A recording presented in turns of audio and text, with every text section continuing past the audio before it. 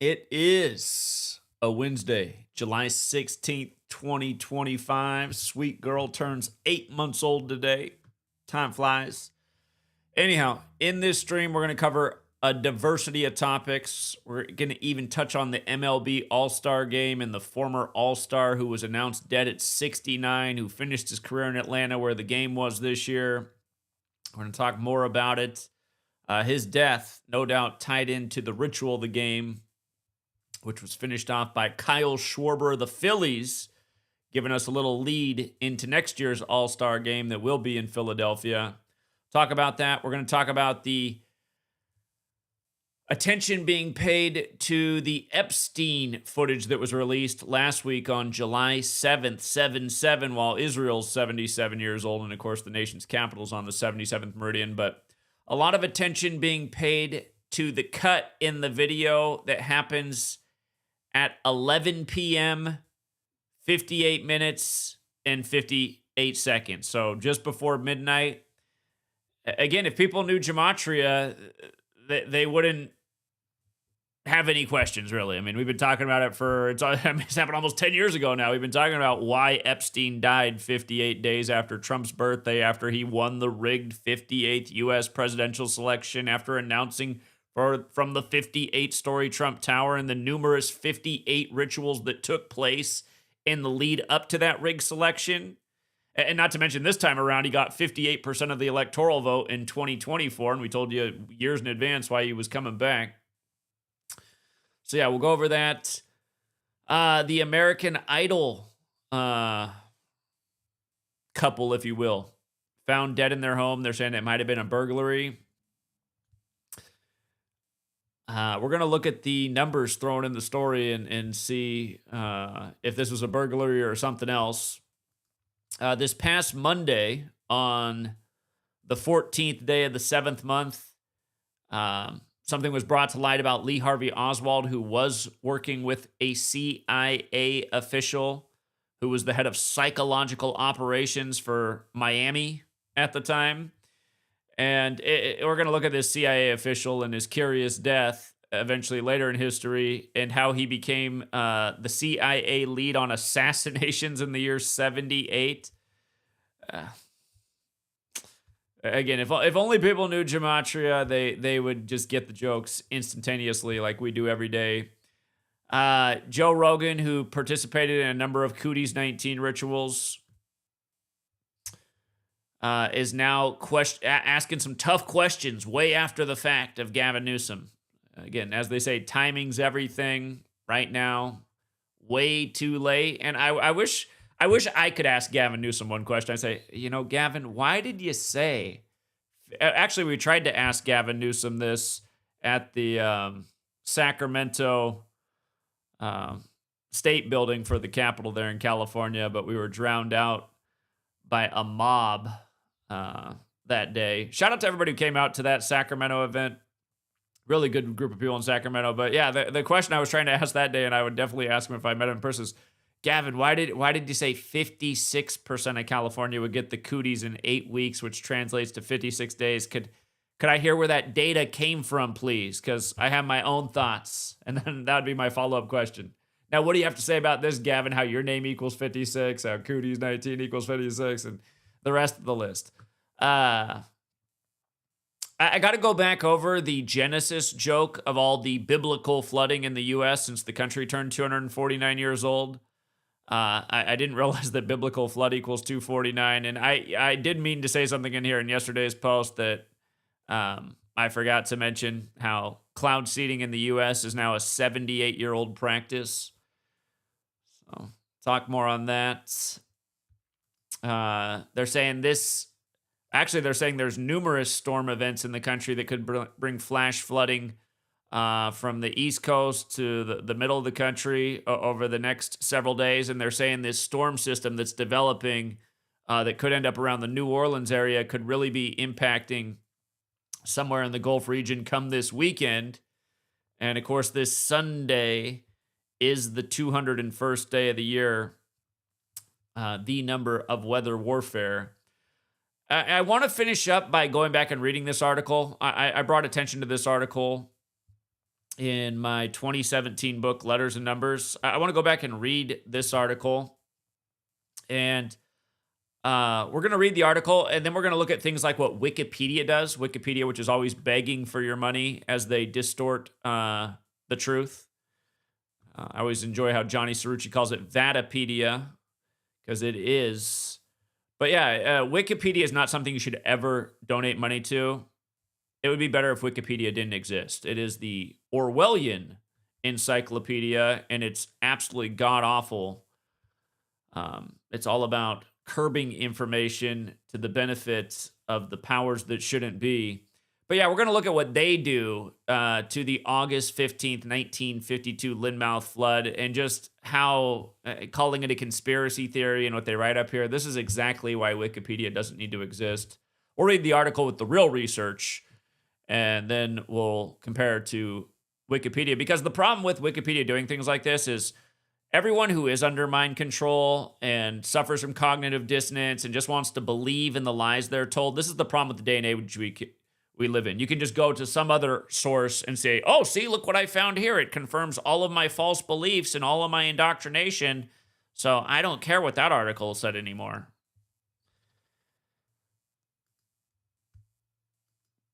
Again, people have to have discernment, intelligence, look at the whole picture, and then come to the best conclusion possible. And very few people are willing to do that in this world. Most people just want to hang on to the lies of their childhood that came from religion and the state and the media and their parents.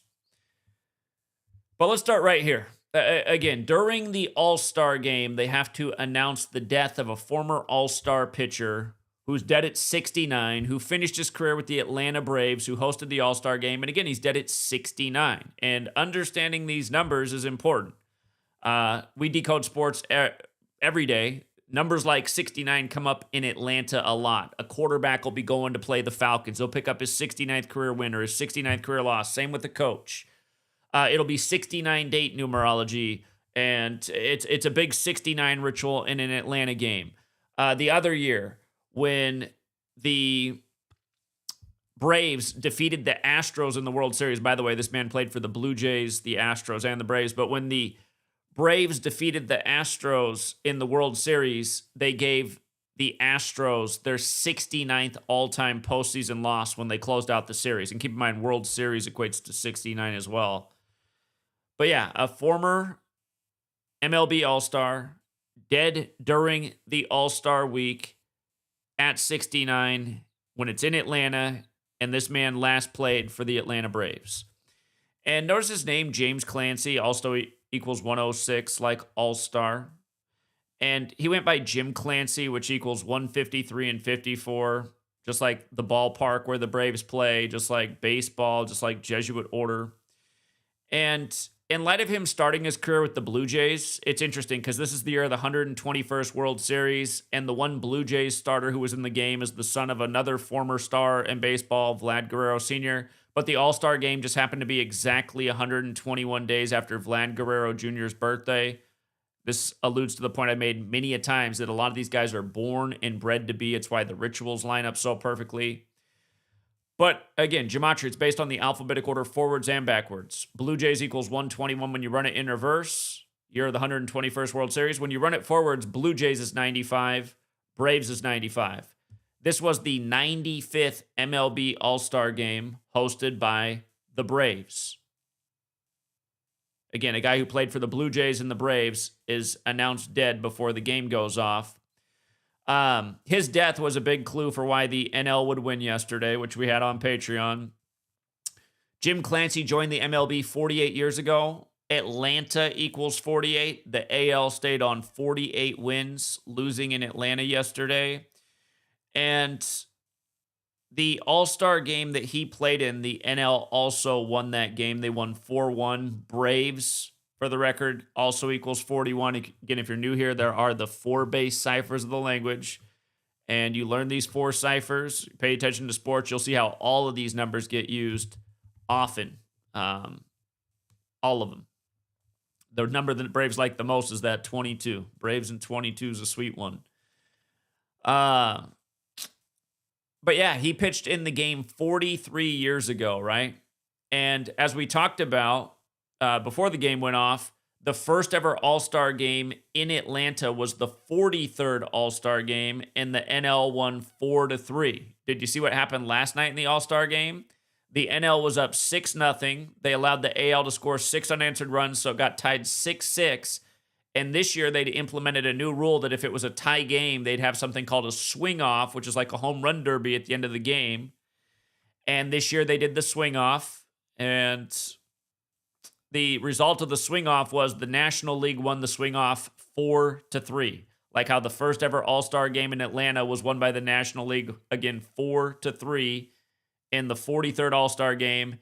And who died? Again, a pitcher who played for the Braves, who finished his career at the Braves, and who played in that All-Star game 43 years ago. I mean, just think about that. But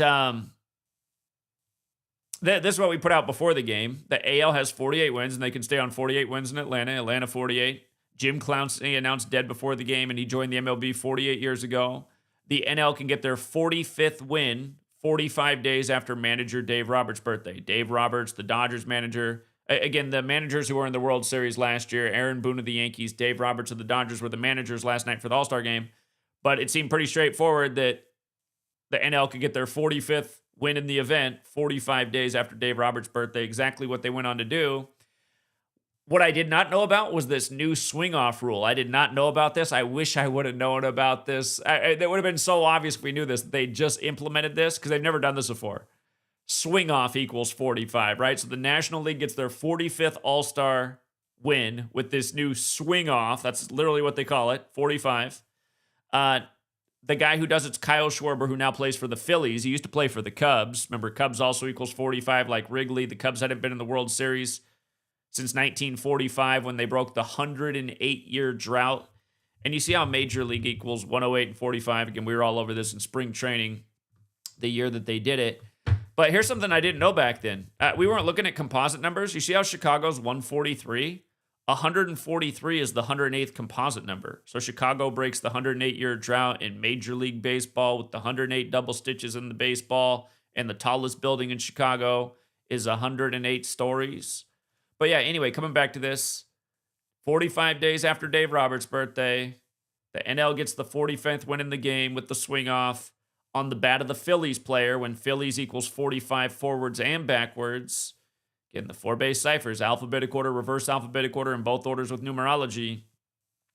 And of course, Major League equals 45, and 45 is the 9th triangular number, and baseball is a game of 9s.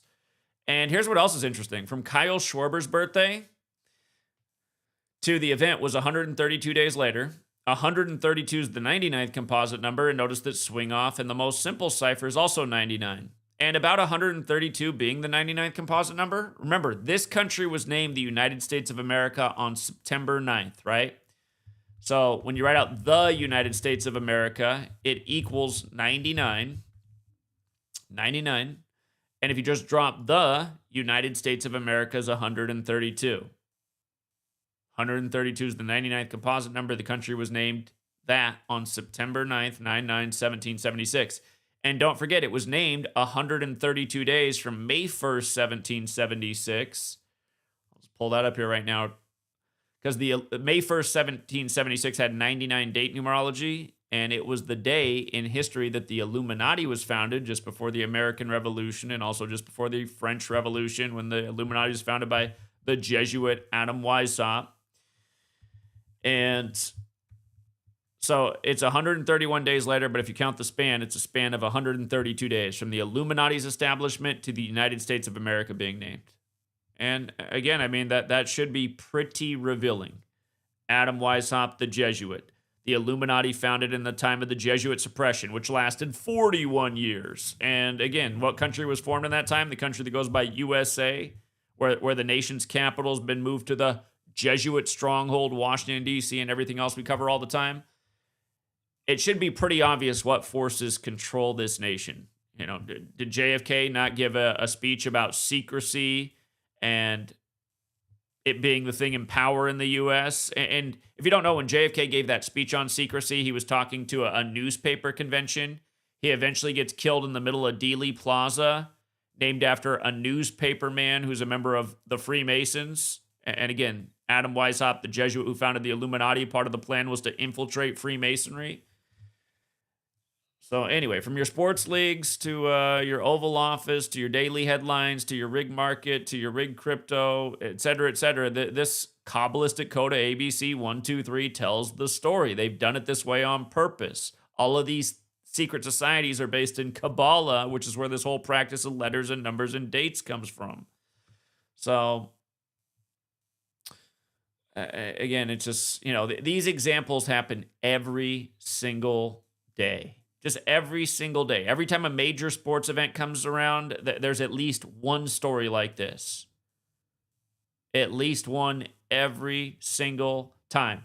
To make a point, too, did you see that the guy known as the Cobra, the guy who won the first ever home run derby, which was in 85, he died right before the All-Star game, too? What's his name? Dave Walker? Is that what it is? He's before my time. I would have just been in diapers back when he was playing, but again, he won the first ever home run derby in 85, and you know who hosted it in 85? The Twins. Twins is 85. But, again, the man's name is, oh, shoot. Hold on, I just covered this the other day. I want to get it right. We got to get the man's name right. He just died, again, just shortly before the All-Star game. Dave Parker, not Walker, Dave Parker. And he died right after the NBA season ended, the 79 season, and he was a champion in 79 himself. So, just same stuff over and over and over again. And he wore 39, which is also a relevant number with the All-Star game. All-Star break equals 39. But yeah, again, numerous deaths every year connected to sports and their major events. Just broken record. And again, the entertainment industry puts out songs like Gematria, the killing name. Murder by numbers, where killing's the sport of the elite. It's as simple as ABC is 1, 2, 3. So yeah, R.I.P. Jim.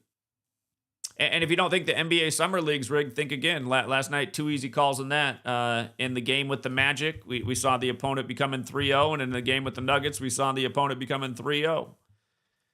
And sure enough, that happened in both. And it's the same stuff year after year. You learn this knowledge, you just see. The game is rigged.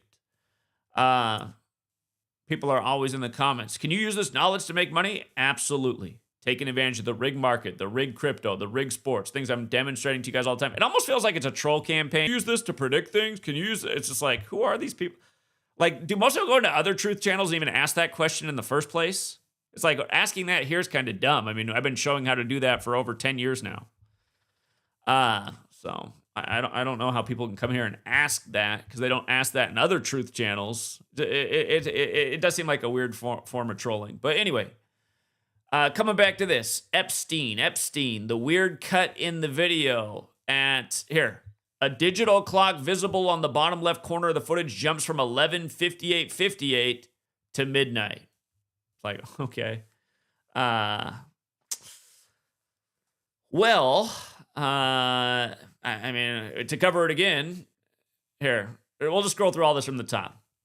Again, Epstein equals 34, like the murder word, like the self-deletion word, from him being found guilty to the self-deletion was 34 days. He has the double overlap with murder.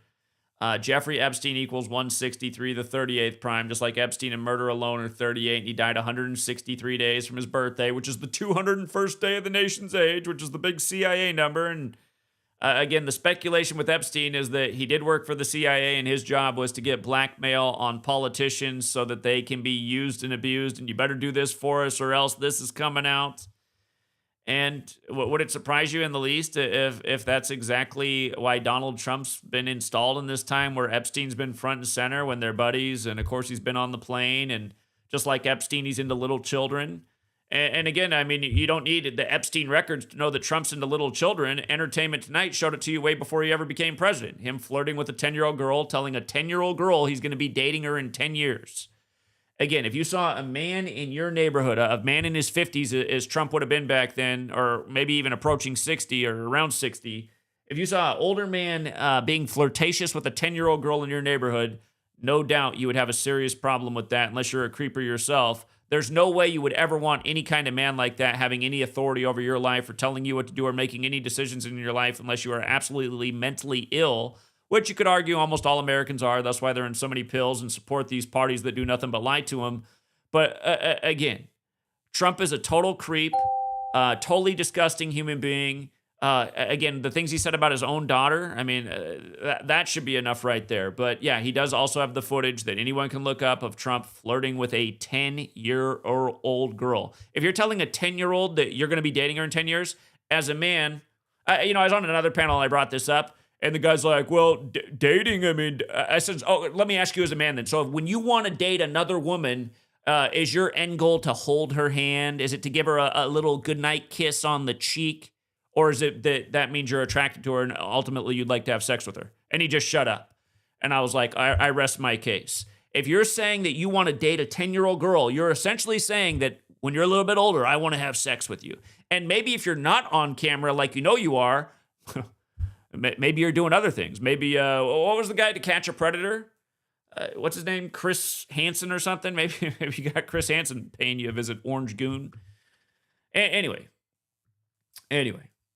Again, we talked about this years ago, the Epstein 73 connection. Remember when Bongino came out and said, oh, I saw the video and he did off himself. Remember, that was 73 days after Bongino took his post.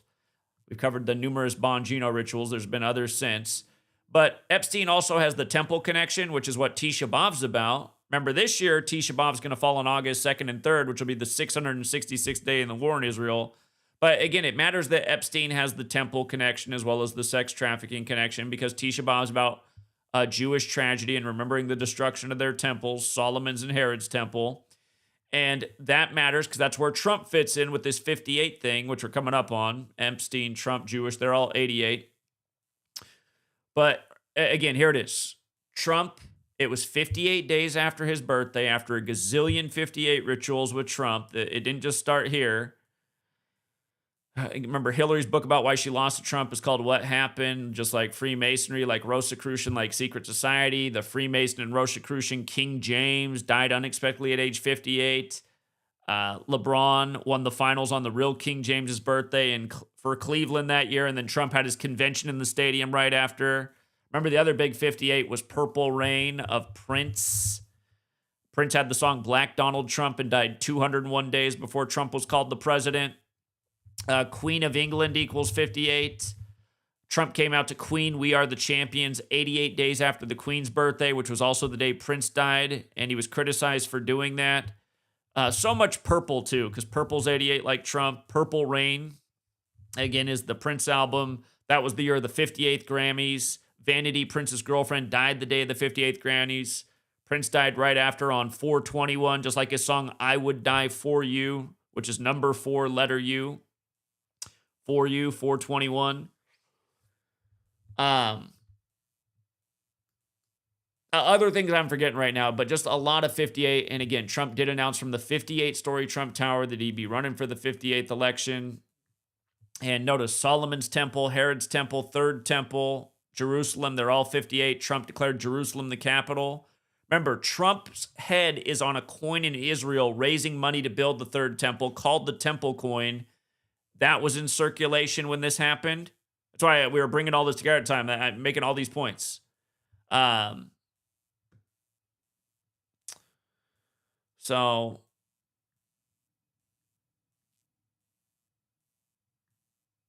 yeah, and now here we are years later, and after getting 58% of the Electoral College, now we got a cut in the video at 11:58:58. Not just 1:58, they got to give you 2. And that would be 62 seconds before midnight. The door you see in the video is numbered 46, right? Sacrifice is 46, like Genesis 46 about sacrifice. In reverse, it's 62. Genesis begins the Torah, which is 62. So you kind of have a 46, 62 thing encoded there since the video is focused on that door 46.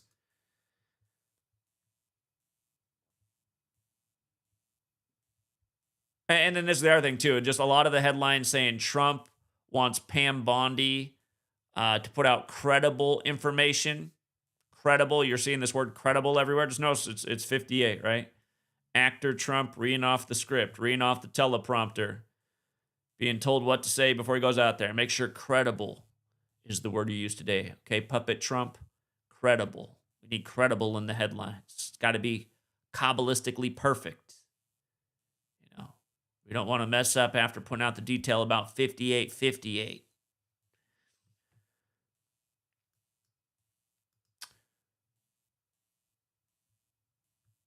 No, but again, what also annoys me is, Derek Bros, the kid who has the face of a rat. He has the little peach fuzz mustache that he always rocks, which I'd be embarrassed if that's the way my facial hair grew. But, he's aware of all this information, and all he's ever done is take the time to say how stupid it is. And then what annoys me is, even though he's always had a small following and he nobody really cares that much about him, you see the bigger channels always bring him on. And again, years ago when I got invited to speak in that event in Philadelphia, it was him and Passio who got me kicked out of it. Mark Passio, supposedly the great truth teller who exited the world stage during the greatest moment ever to speak out during Cooties 19, and who often brags about his Jesuit education there in Philadelphia and being handpicked by Anton LaVey to be a priest in the church. And don't forget where the Jesuits and the Church of Satan meet up. And don't forget where the Church of Satan meets up with Donald Trump, who runs on the highest degree of it, mega. And how Obama told us on the 45th birthday of the Church of Satan, April 30th, 2011, with Trump in attendance, that Trump would become the 45th president. On the 45th birthday of the Church of Satan. Donald Trump joke, mega satanic. So, and again, a lot of whistleblowers in Freemasonry that say when you get to the tippy top, you find out there's some evil stuff going on up there. Again, I can't speak from experience, but there's plenty of videos online and whistleblowers speaking out.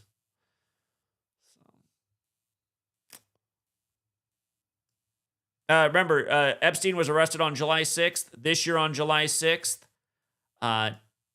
Donald John Trump, 76. This year on 7/6, on the anniversary of his arrest, that was the day that we heard there's no client list. And here's the other thing. The whole time I've been talking about Epstein, I've been saying I don't find the Epstein story to be all that important. Like, I don't know why people care about it so much. This guy that's a total mystery. No one really understands anything about him. Was he given all of his money by the CIA? They say he's a hedge fund manager, but there's almost no record of anything that he ever did out there. Again, if he is a real thing, I think he was used to run this, the thing that everyone's known for, to get blackmail on people in high places so that they can, be used like puppets as they are. But at the same time, the reason I say who cares is because, again, I mean, is Jeffrey Epstein the center of sex trafficking and child abuse in the world, or is that the church? Because I'm pretty sure that's the church, and almost nobody talks about that. I've never heard anybody get half as excited about that topic as they do about Epstein every time his name comes on. And he's been used for all these ratings and TV shows and Netflix specials, and it just seems like a major distraction. Oh, look, Jeffrey Epstein. Who cares? Look at all the things nobody ever talks about that matter a million times more. How about like weather warfare? How about as the country gets drowned out? You got voices like mine who've been drowned out. Been saying for over a decade, weather warfare is probably the most important topic the world needs to learn more about and look into and ask questions about. And you see why right now. I mean, there's how many more millions of property claims, and not to mention, many deaths just in recent weeks from, no doubt, what is weather warfare. Yeah. Again, just everything by the numbers. Epstein taken down on that Derek Bros, who looks like a rat. Literally, like if you've seen Derek Bros, you're like, you're right, he does look like a rat. But anyway, he made fun of this at the time. He's like, who cares? Who cares? Everybody should care. The fact that the news is manufactured this way every day. Epstein's arrested on the day leaving 178 days left in the year by a thing that equals 178. And we won't even start on the 187. That's a huge other piece of it. Brotherhood of Death, the alias for Skull and Bones that goes by 322. Society of Jesus, Ancient and Accepted Scottish Rite of Freemasonry. They all have that 187 connection. But yeah, the latest tribute. The edit at 11:58:58. And here, just looking at this American Idol story, it just took me back to once upon a time when I didn't learn gematria, and I've said this 1,000 times. You know, what is 47? Why do they always got to put 47 in the stories? You're reading this article about the two American Idol connected people, producers for the show. At least she was, and her husband.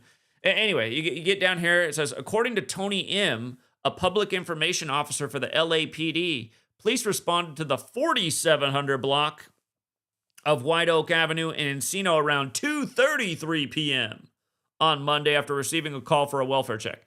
Again, when I first started here, I talked about three numbers exclusively because it was enough to look at in the early days of this research, but they were 33, 47, and 74. I saw those numbers everywhere in the news from 9/11 on, and just think about 9/11, right? 33 years after construction began, the buildings come down on the 74th meridian. Building 7 falls 7 hours later in the day. Each floor was 47,000 square feet of office space, and the building was 47 floors tall. 33, 47, 74. Again, a lot of my research did begin with 9/11. But these numbers are important to masonry. Again, the Masons venerate 33. They study the 47th problem of Euclid, and Gematria Masonic equals 74. Masonry's 33. These numbers get paired up all the time if you pay attention.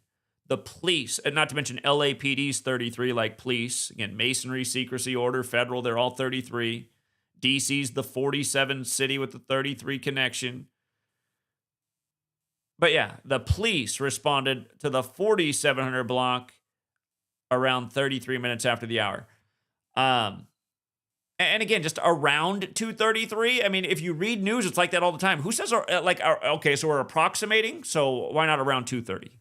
They arrived there around 2:30. No, they arrived there around 2:33. Again, for years I looked at this and I was like, what is it about these numbers? Why do they just have to throw these in stories? I mean, does anybody even care about that detail that this was on the 4700 block? I mean, people care that, people were found murdered in their home. And just here to read the whole thing. Producers of the singing competition show American Idol are mourning the loss of one of their own, Robin Kay, who served as one of the show's music supervisors for over a decade, and her husband, Thomas DeLuca, were found dead in their Encino home on Monday. Now, keep in mind, Monday, written 14/7, Freemason 147. They're the ones studying the 47th problem of Euclid. Again, venerating 33, Masonry like police.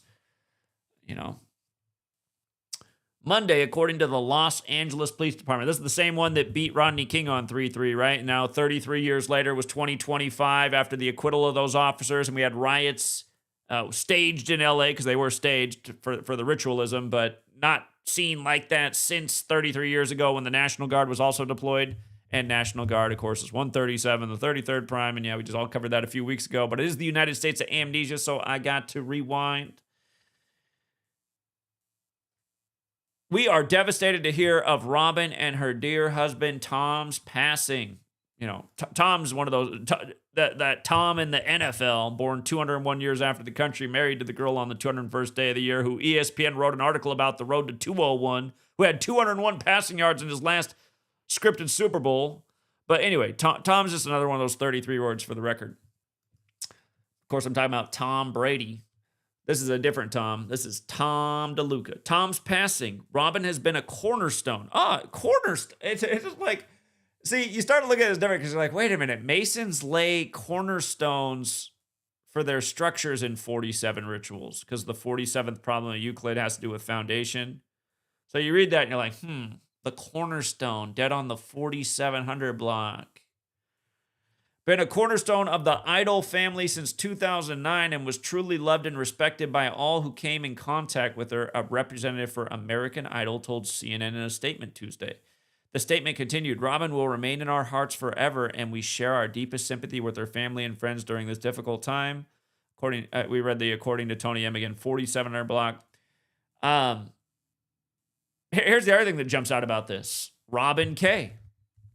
46. We were just talking about this with the Epstein video, how it focuses on door 46, sacrifice 46, Genesis 46 about sacrifice.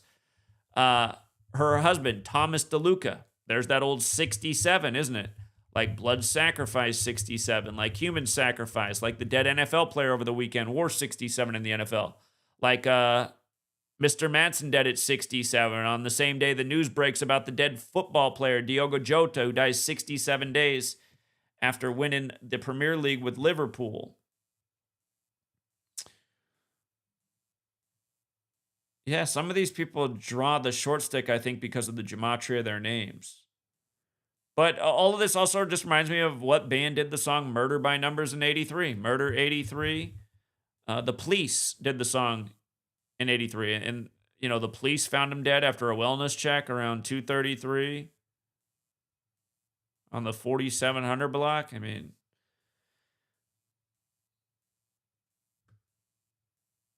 if people had greater intelligence and they weren't chemically dumbed down as we purposefully are in the U.S., they'd catch on to the same patterns that, you know, yours truly did. And perhaps an advantage I had in life is they say fluoride, it has the greatest impact on your brain when you're a child. I grew up in Portland, Oregon, one of the only cities at the time that didn't have fluoride in the drinking water. And my mom had learned in the 70s, going to some health convention, to stay away from fluoride. I never had fluoride toothpaste growing up. She never let the dentist give me fluoride. Could have made all the difference. Could have turned me into Roddy Piper. This one can see. Because I do wonder what's wrong with almost everybody, you know? This is a nation of just people that are just blind in all ways. They can't see the obvious right in front of their face. They can't see the tic-tac-toe patterns in the sky. They can't see the building crumbling to dust in midair as they blame it on Minning Caves. And they say the clue is they found the passports in the rubble where they didn't find any planes or bodies or anything else, but somehow they found all the passports. I mean, all this stuff is so stupid, and somehow, some way, hardly anyone can see through it. But yeah, I got a kick out of this. Lee Harvey Oswald new conspiracy information also comes out on the 14th of July. The term conspiracy theory came out of the JFK assassination. Again, that's when the CIA started pushing that term. I have a segment in my first book, Letters and Numbers, about what happened to the man who coined the term conspiracy theory. And again, he died by the numbers for the evil he permitted on the world, or helped contribute to, I should say. But anyway, again, conspiracy 147, Freemason 147. JFK died in Dealey Plaza, named after a 33rd degree Scottish Rite Freemason who was part of the newspaper business. And again, JFK gave his speech about secrecy. Notice how Kennedy's 33. He died on November 22nd, 11 plus 22, 33. Secrecy's 33. Masonry's 33. Federal's 33. Order's 33. Police is 33. And no, Dallas isn't on the 33rd parallel. People always say that. Dallas on the 33rd parallel too. Do you guys even like take the time to type in like coordinates for a city before you guys leave your comments? Because it's close. I mean, it's close. Don't get me wrong. It is on the 96th meridian like Freemason, but it's not on the 33rd parallel. It's close. Close. But 32 is significant to the Masons as well. The 32nd degree of the Scottish Rite's no slouch. So 32 approaching 33. And, you know, 11 plus 22 plus 63 is also 96. I talked about it in my book. And by the way, if you don't know this as well, Sumerian gematria. Just multiplying the alphabetic order times 6. JFK assassination. 187 with the simple cipher. It happened in the 187th year of the nation's existence. 1122 in Sumerian, multiplying by 6. The date he died. At least so we're told in the history book. If he even really died, it's a whole nother question. But yeah, it's just like Epstein getting arrested on the 187th day of the year, and then in no time he's dead. But yeah, anyway, this thing that came out this Monday is that Oswald has officially been connected to a CIA agent, George Joanides, who was Catholic educated at St. John's. And like, look how laughable this is. In 1963, he was the chief of the psychological warfare branch of the agency's station in Miami, okay? But in 78, I love this part right here. In 78, he was the agency's liaison to the United States House Select Committee on Assassinations in 78, huh? When Kennedy is 78? I mean, come on. Just straight up mockery. And don't forget that Scottish Rite's also 78, and so is Jesuit. Big time numbers, 78. That's why they brought the chump back at 78, going with the 78 tarot cards in the deck, and everything they did with Elon Musk being declared the world's richest man on the 78th death anniversary of Nikola Tesla, when Trump's uncle did the audit of Tesla's papers after he died, and then they're brought together as government figureheads while Trump's 78 years old, him and Puppet Musk.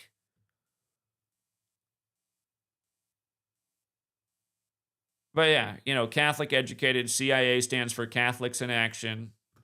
Don't tell me it doesn't, because it does. Catholics in Action. And don't forget, the CIA was creating a big 201 ritual. Big Jesuit number. Jesuits, the military order of the Catholic Church. But yeah, this is one of the new things. I assume that the document release that was put out earlier this year, somebody went through it and they brought this to light. It was Rep Luna on a Monday, named after the lunar object. Remember when you had the new Sheriff Luna installed in LA, and then you had the Lunar Festival mass shooting, and then all the self-deletions in his office by the numbers? So this time it's Rep Luna on a Monday, Moon Day. Okay. And just for the record, I mean, moon is pretty interesting. Of course, there's that conspiracy with the moon, isn't there? But look at the gematria moon. Look at Mars, too, because they say that's where we're going next. Moon, 5751. Mars, 5751. Conspiracy, 5751. You know what I mean? Luna. Actually, let's look at this a little bit more. Let's look more into Miss Luna here. Rep Anna Paulina Luna.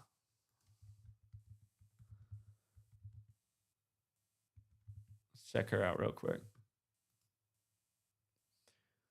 Okay. Young one, May 6th. Born in 89. So she turned 36 years old this year.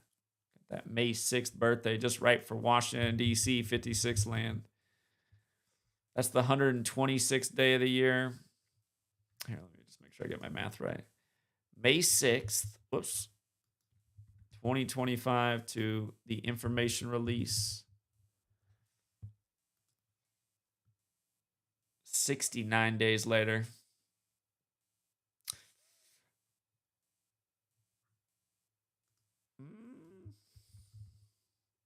Lunar is 69. There's some other, obviously it's an interesting number in itself. The Jesuit order 69. There might be something with that I'm overlooking right now.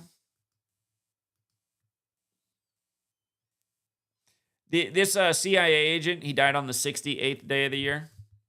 We just talked about this. The gentleman who sold AG crypto to the CIA and then died 13 years later on the 68th day of his age in 83, which is the 23rd prime. We just talked about this earlier this week.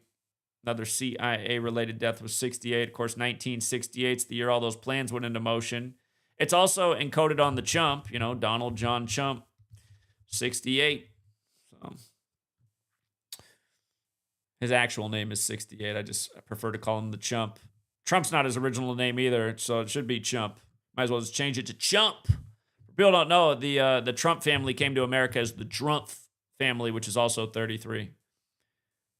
And seeing the 78 and 84 reminds me, that Rooney family, the Jesuit family that runs the Steelers, did you see they had another death? It seems like every summer I'm talking about the latest death in the Rooney family at age 84. Look at this, you guys. This family just doesn't just stop killing people at age 84. Where's the latest one? Long time, yeah. Dead in the time of cancer from cancer. Look, this news broke on July 8th that he's dead at 84, right? Tim Rooney, longtime NFL scout who won 2 Super Bowls with Giants, dead at 84. But yeah, he's part of the Steelers family, or the family that owns the Steelers. Rooney, the nephew of Steelers founder Art Rooney, joined the Giants in 85. as a director of pro personnel and serve. And, you know, in light of these Giants connections, it is 2025, and Giants got that big old fat 25 connection.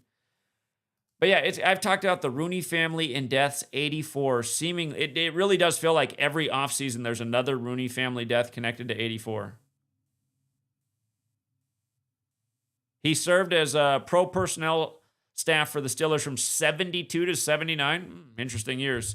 Jesuit Order 72. The formal title Society of Jesus 79. And it's 35 years since 79. Is that right? No. Be 45 years like IHS. 53 years since, oh boy. 72 to 2025 is 53 years. Big football number. Again, the shape of the football is the Vesica Pisces. 53-man roster in the NFL. 53 in a 30-yard wide field. 72 to 2025 is 53 years. 79 to 2025 is 45 years. Yeah, I guess it all checks out. Steelers lost to the Packers in Super Bowl 45. Packers founded by the Jesuit Vince Lombardi, who died unexpectedly one day before the 1970 season. Okay. Ever since that article came out from CNN, 201 Ways to Say Fuck, you know, it was days later that Trump said fuck, and that was the big news story for the day, like that even mattered. And now Gavin Newsom, who's planning to run for president next year, he's dropping F-bombs on the Joe Rogan show. You know, these things aren't an accident. But yeah, you know, Joe Rogan's asking Gavin tough questions about the pokey-dokes for Cooties 19 while they're both 57. And if you missed it, it's too bad, you know. Again, just proof of how you can use this knowledge to call things better than pretty much anybody ever has in the history of the world. We predicted why the Moderna stock would skyrocket on May 7th, 2020, months in advance. And go back and just look at its performance. It skyrocketed on May 7th, 2020. And it had to do with the V word equaling 57, like May 7th, 5-7. And also had to do with this guy endorsing it. And what happened on May 7, 2020 that caused the stock to skyrocket is the federal government, which operates by this code every day, approved the Moderna, a company founded by two Jesuits, one born on the 201st day of the year after the Event 201 simulation. But the federal government approved the Moderna pokey-doke for phase 2 testing before any other shot. So it had the early advantage on being the top, you know, the top one, and the stock price went to the moon. Like they called it the moon shot. On 5-7. So anyway, both of these guys are 57. And yeah, there's a lot of other things that are interesting here. This broadcast also happened on Monday, July 14th. Happened 88 days before Newsom's upcoming birthday.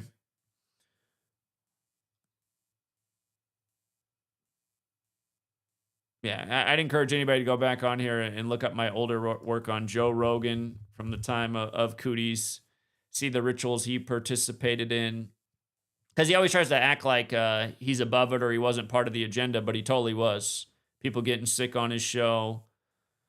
Oh, yeah, don't forget how he predicted the LA fire, too. He got a lot of attention for that, and he put out the prediction on the 201st day of the year. You know, the old weather control Jesuit number. And don't forget, Joe Rogan got famous doing news radio. And now he's got the big podcast. He brings the news to more people than probably anyone else. Let's see. I actually have a lot of posts on Joe Rogan going back, but if you go back far enough, you'll find all the stuff on Cooties 19. Oh yeah, his N-word controversy. Let's see. I'm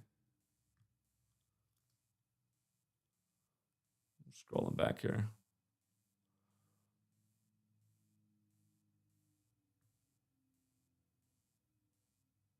Oh, yeah, he was part of the ivermectin thing, too.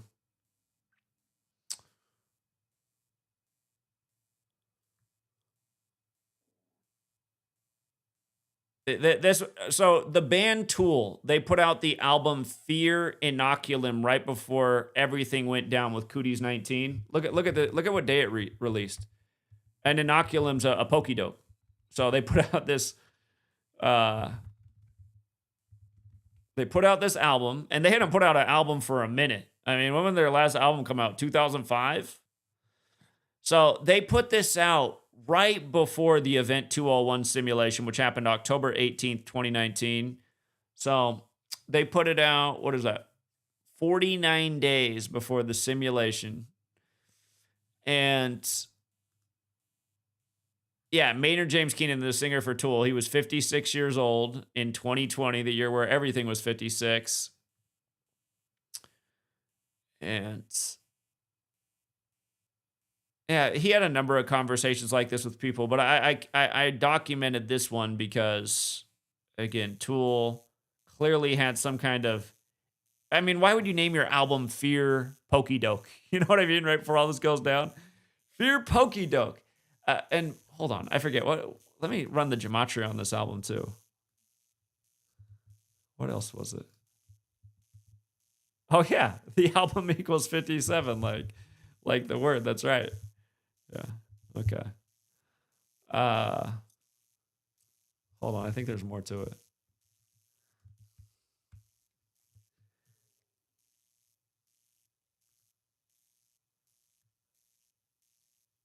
Oh yeah, that's Tool equals 19, going with Cootie's 19 and the 19-year cycle. August 30th, 19 was the date with 57 numerology.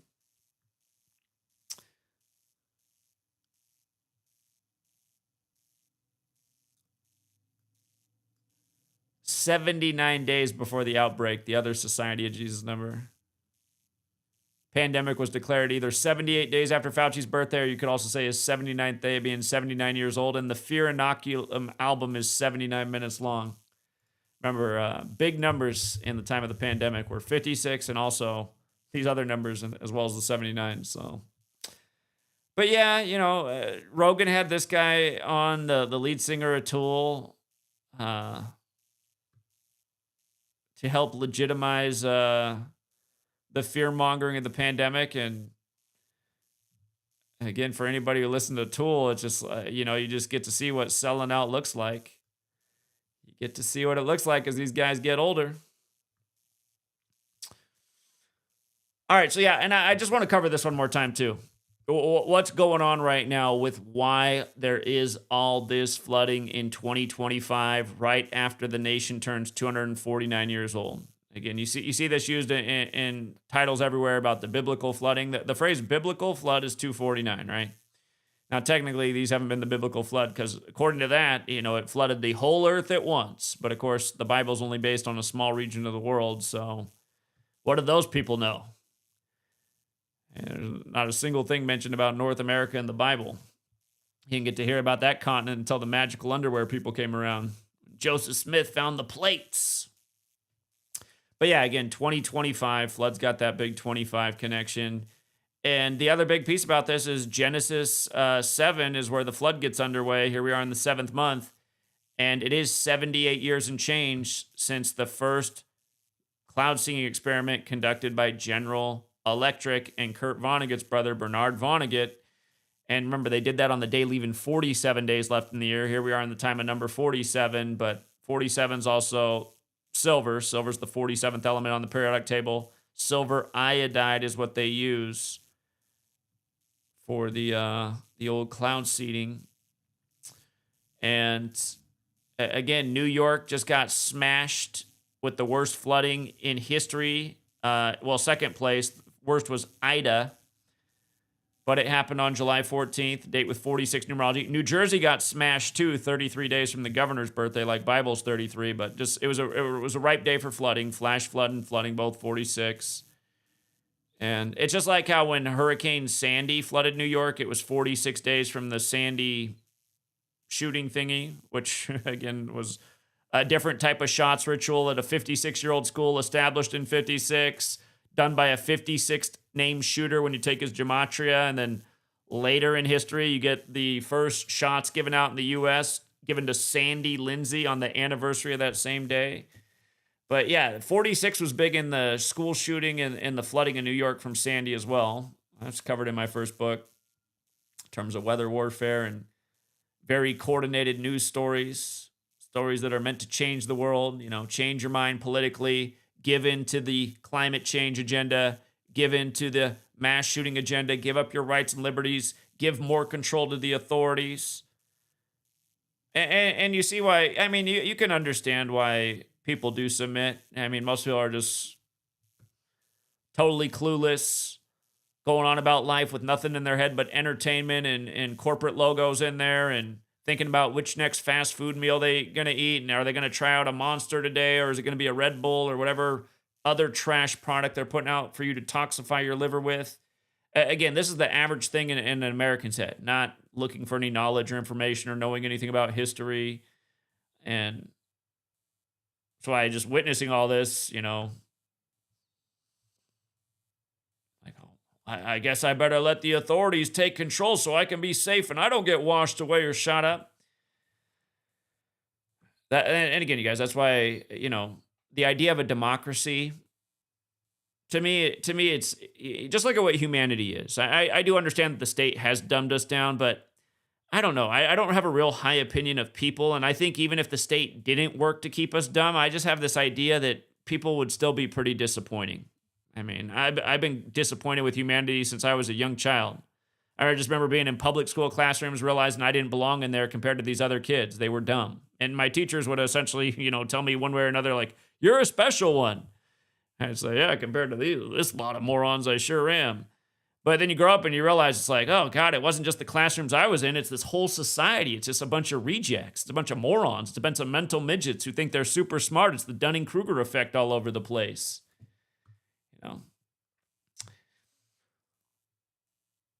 But yeah, anyway, about this crazy flooding in the Northeast all over the place. I saw it was New Jersey, it was New York, it was Virginia, it was Maryland, it was D.C. It was all over on this day. It was 81 days from the death anniversary of Bernard Vonnegut, who's the father of cloud seeding with silver iodide. And it also came in his 46th week since his birthday anniversary. And again, as we talked about, it was exactly 46 weeks into Kathy Hochul's age, the current governor of New York. And this was the wettest hour in New York history. The worst ever was Hurricane Ida, 201 weeks and 5 days earlier.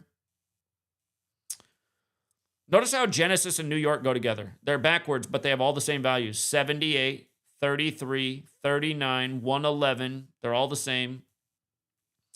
The first cloud seeding experiment by Bernard Vonnegut was in New York. Biblical, the Holy Bible 201, using it as a playbook. Again, we covered this the other day, how they had to say it was 2.07 inches in that hour. A number connected to the Jesuits and the priest who's responsible for Art of War. Again, for anyone who's never read Art of War, you should read it. It's about winning the war without even having to use typical war measures. How about using the weather to flood people, you know, into submission?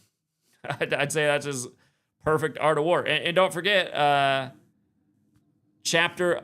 God, I always get dyslexic. It's either chapter 9, the 11 situation. I think it's chapter 11, the 9 situations, 11-9.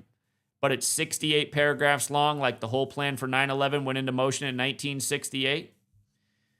2 towers became 0 before they became 1, like the Jesuit Orders 201. Like Weather Controls 201, like there was a major storm off the coast of New York the day that the towers crumbled into dust. And part of me wonders if they were doing something with their energy weapon with that storm and transferring that energy somehow to those towers that just crumbled into dust in midair, like nothing ever before seen. And by the way, don't forget how a plane flew into the Empire State Building in 45. And I just want you to see how this, no doubt, was predictive programming for what was coming with 9/11. Check this out. Yeah, it was also 56 years before 9/11. The 3 flights that hit targets on 9/11 added up to 263, the 56 prime. Remember, they took down my YouTube channel where we went from Seattle to New York, pound and payment, for the anniversary of 9/11. They brought down that whole channel. They just deleted the whole thing with no strikes on it 263 days after our September 11th gathering in New York. And it's too bad because that channel had more subs on it than this channel has right now, and I hardly use that channel. That channel was like almost at 60K subs and it had very few videos on it and just totally deleted out of nowhere. One of numerous channels I've had from the 50K to 100K sub range that got deleted. They've never let me hit 100K, but I've been very close multiple times Just delete. And I bet the same thing will happen to this channel. They made this channel grow so slowly. At the rate it's growing, it'll still take another 5 years to get to 100K subs, as sad as that is when all these trash channels grow by that within a week. But yeah, I bet the same thing will happen to this channel. When it gets close, just deleted, gone. Yeah, the B-52 bomber that crashed in the Empire State Building hit between floors 78, stand out like New York, and 80. And check this out. That's not the part I want to see. That part is interesting, but the day it happened, July 28th, the 209th day of the year, Empire State Building 209. Building didn't come crumbling down into dust, though. Got hit by a big old bomber plane. Didn't crumble into dust. But yeah, that's also the day leaving 156 days left in the year, and 911's the 156 prime. Again, in Jewish gematria, all these things equal 9/11, Vatican Hill, Tisha B'Av. That's to remember the destruction of the two towers, not too far from two temples, Al-Qaeda terrorist attack, jihadist division.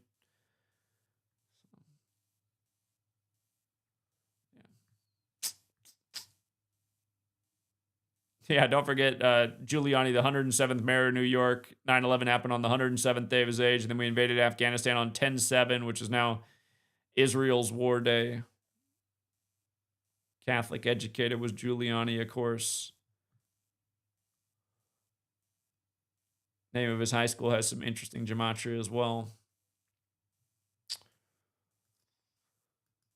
Okay. And yeah, just about this, these weather systems in the country, they're saying there's a good chance of flooding starting tonight, going into tomorrow in several places in the country. Tomorrow is going to be 17/7. Remember, this is what we started talking about on July 4th, because 4th of July equals 177, like weather control, like the Jesuit order, like New World Order, like how they compared the July 4th flooding to what happened 38 years earlier on the same river, which was on the 17th of July, which is tomorrow. So tomorrow we get the 38th anniversary of that. And what was it? Lincoln County, New Mexico, that flooded right after? Yeah, Lincoln County, 177. That was right after Texas flooded. It was Lincoln County. They did the 201 in the Chicago ritual. Again, we could run back over all these things, but we've been just seeing how these numbers are just left and right in everything that's encoded. And all these storms. But yeah, they're saying this system that's going to bring rain to parts of Florida, it's supposed to move to the Gulf and then hit somewhere along the Gulf Coast over the weekend, which will include July 20th, the 201st day of the year. And again, the other thing about July 20th is it has 52 date numerology. And if it ends up being New Orleans, don't be surprised if they tell you it's something like, oh man, this is worse since Katrina. Katrina had that big 52 on it, like flood, like hurricane, like earth, like Enlil. But yeah, July 20th, the 201st day of the year. Remember last year what we got for the 201st day of the year? Last year it was the leap year, so it was July 19th. It was the worst power outage or tech outage in history. Just all kinds of computer programs down across the world, massive flight delays. That was the 201 ritual for last year. But yeah, in light of weather control, I want to read this article about the essentially first ever admitted act of weather warfare, which wasn't admitted to right away. But then I also want to look at how Wikipedia tries to downplay it and make it sound like it's all just conspiracy theory, tinfoil hat. So August 15th, 1952. There's that year 52. August 15th, the Jesuit order's birthday. One of the worst flash floods ever to have occurred in Britain swept through the Devon village, or maybe it's Devon village. But check this out. I want you to see this in Linmouth, and this should remind you of something too. Devon village, Linmouth, flash flooding. So this was a horrible flash flood that killed a lot of people and destroyed a lot of property. Isn't it interesting how the village, the location, and flash flooding are all 128? And remember, we talked about this on the 4th of July, too, because if you write Independence Day, it's also 128.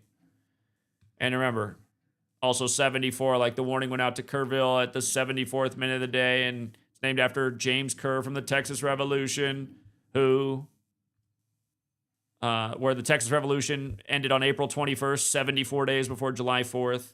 And don't forget, James Kerr's birthday is 24/9, like it was the 249th birthday of the nation. And again, that other Texas guy, Lyndon Johnson, who talked about the future weather control, he said there will be a weather satellite to control the weather in the future. And weather satellites also 249. Things getting crazy as the 249th birthday of the nation is reached. And also, don't forget this document either, from July 1st, 96. Weather is a force multiplier, owning the weather in 2025. This is from the Air Force. On August 15, 1952, one of the worst flash floods ever to have occurred in Britain swept through the Devon village of Linmouth. 35 people died as a torrent of 90 metric tons of water and thousands of tons of rock poured off saturated Exmoor into the village, destroying homes, bridges, shops, and hotels. The disaster was officially termed the Hand of God, but new evidence from previously classified government files suggests that a team of international scientists working with the Royal Air Force, that's what the RAF is, was experimenting with artificial rainmaking in southern Britain in the same week and could possibly be implicated. Squadron leader Len Otley, who was working on what was known as Operation Cumulus, has told the BBC that they jokingly referred to the rainmaking exercise as Operation Witch Doctor. His navigator, Group Captain John Hart, remembers the success of these early experiments. We flew straight through the top of the cloud, poured dry ice down into the cloud. We flew down to see if any rain came out of the cloud, and it did about 30 minutes later, and we all cheered. The Meteorological Office has in the past denied there were any rain-making experiments conducted before 1955, but a BBC Radio 4 history investigation to be broadcast tonight, this is back published August 30th, 2001, so right before 9/11 happened. They're like, trust me, everyone's going to forget this story in 11 days.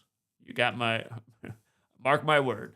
Has unearthed documents recently released. It's just like, oh, God. Oh, why can I not think of the Secretary of Defense who said we know where the weapons are north, south, east, and west of Baghdad? Donald Rumsfeld, another Donald. Again, the day before 9/11 happened, he said that the Pentagon couldn't account for 2 point something trillion dollars, and the Pentagon was going to have to become transparent. And then boom, the next day 9/11 happens and everybody forgot about that. Again, but a BBC Radio 4 history investigation to be broadcast tonight has unearthed documents recently released at the Public Record Office showing that they were going on from 49 to 55, these experiments. RAF logbooks and personnel corroborate the evidence. Until now, the Ministry of Defense has categorically denied knowledge of any cloud-seeding experiments taking place in the UK during early August 52. But documents suggest that Operation Cumulus was going on between August 4th, oh, what a date, and August 15th, 1952. So the 11 days leading up, conducting the experiment in the area on the Jesuit order's birthday. The scientists were based at Cranfield School of Aeronautics. And don't forget, you guys, Jesuit and the Jesuit order both equal 84. Aeronautics, and worked in collaboration with the RAF and the MOD's Meteorological Research Flight based at Farnborough. The chemicals were provided by ICI in Billingham. Here's the other thing I want to say about August 4th. It's Obama's birthday now. But it's the day leaving 149 days left in the year, which is the 35th prime. And that is a flooding number, 35. It's a 35 flooding number. Met Office reports from these dates describe flights undertaken to collect data on cumulus cloud temperature, water content, icing rate, vertical motions and turbulence, and water droplet and ice crystal formation. There is no mention of cloud seeding, though. But a 50-year-old radio broadcast unearthed by Radio 4 describes an aeronautical engineering glider pilot, Alan Yates, working with Operation Cumulus at the time and flying over Bedfordshire, spraying quantities of salt. He was elated when the scientists told him this had led to a heavy downpour 50 miles away over Staines and Middlesex. I was told that the rain had been the heaviest for several years, and all out of a sky which looked summery. So they started with a summery sky. You ever had these days where It's a blue sky, and then you get nothing but tic-tac-toe patterns, and the next thing you know, there's like this gray haze, then maybe a little trickle of rain. I mean, it happens all the time if you're paying attention. There was no disguising the fact that the seedsman had said he'd make it rain, and he did. Toasts were drunk to meteorology, and it was not until the BBC news bulletin about Linmouth was read later on that a stony silence fell on the company, said Mr. Yates at the time. Operation Cumulus was put on hold indefinitely after the tragedy. You'd think that might be something you would do if you thought, oh shit. Declassified minutes from an Air Ministry meeting held in the War Office on November 3rd, 1953 show why the military were interested in increasing rain and snow by artificial means. The list of possible uses included bogging down enemy movement. This is what the U.S. did in Vietnam with Operation Popeye. Incrementing the water flow in rivers and streams to hinder or stop enemy crossings, and clearing fog from airfields. The documents also talk of rainmaking having a potential to explode an atomic weapon in a seeded storm system or cloud. This would produce a far wider area of radioactive contamination than a normal atomic explosion. UK weather modification experiments at the time presaged current practice in the US. The idea was to target supercool clouds and to increase the volume of freezing water vapor particles. Most methods involve firing particles of salt, dry ice, or silver iodide into clouds, either from an airplane or from burners on the ground. The clouds would then precipitate, pulled down below freezing point by the extra weight of dense particles, thus making it rain sooner and heavier than it might have done. Significantly, it was claimed that silver iodide could cause a downpour up to 300 miles away. Many countries now use the technology, which has considerably improved during the past 50 years. But controversy still surrounds the efficacy of these early cloud seeding experiments. In 1955, questions were asked in the Commons about the possibilities of liability and compensation claims. Documents seen by the BBC suggest that both the Air Ministry and the Treasury became very anxious and were aware that rainmaking could cause damage not just to military targets and personnel, but also to civilians. The British Geological Survey has recently examined soil sediments in the district of Linmouth to see if any silver or iodide residues remain. The testing has been limited due to restrictions in place because of foot and mouth disease, and it is inconclusive. I remember this. Foot and mouth disease was all the rage at this time, and so was God, what did they call it? Mad cow disease. However, silver residue has been discovered in the catchment waters of the River Lynn. The BGS will investigate further over the next 18 months. Survivors of the Linmouth flood called for, but never forgot, a full investigation into the causes of the disaster. Rumors persist to this day of planes circling before the inundation. Okay, so, I mean, you know, like, where do you stand on the side of, oh, I doubt it was any... So for years, they don't admit to it.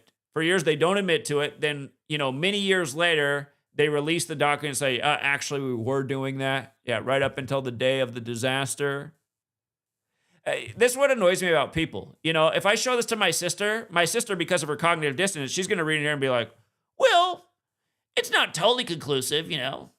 It's like, but Jen, I mean, come on. Not admitting for decades. Acting like it wasn't happening.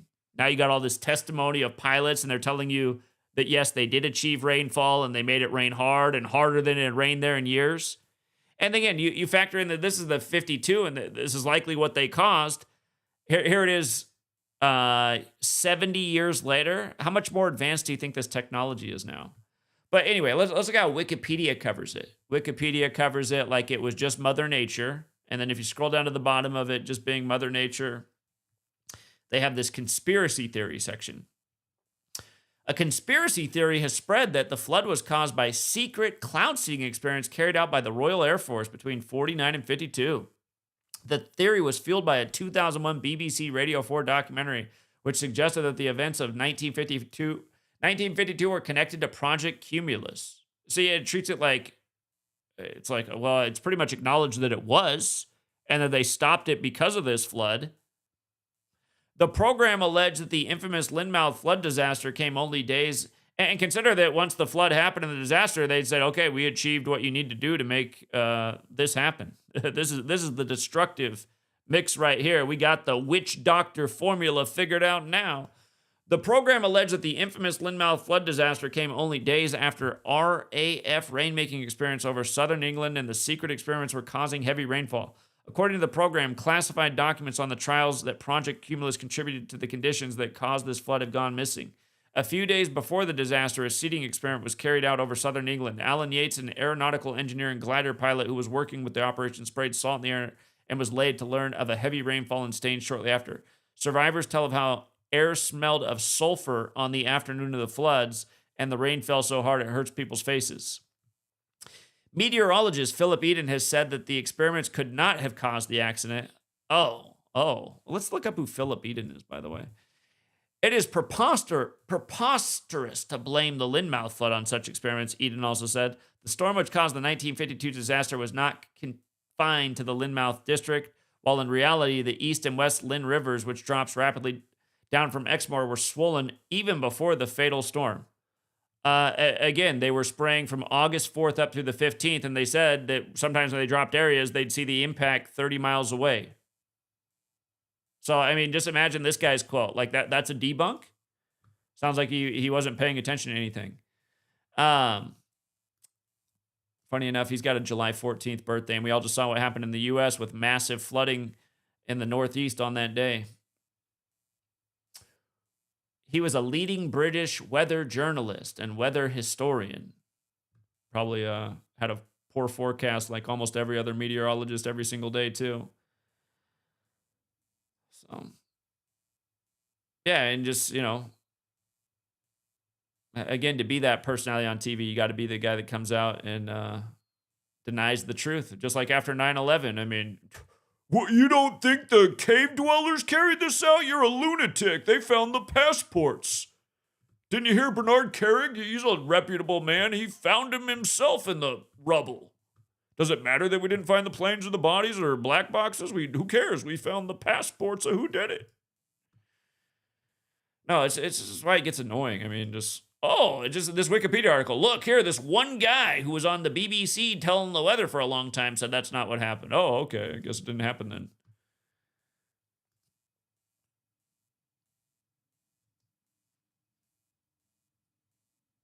I'm realizing that he died in his 67th year of life as well. Go figure. There was the guy who told you if the water was coming down at the sky, dead in his 67th year of life. By the way, did I catch that did I say that the New Jersey governor is 67 right now?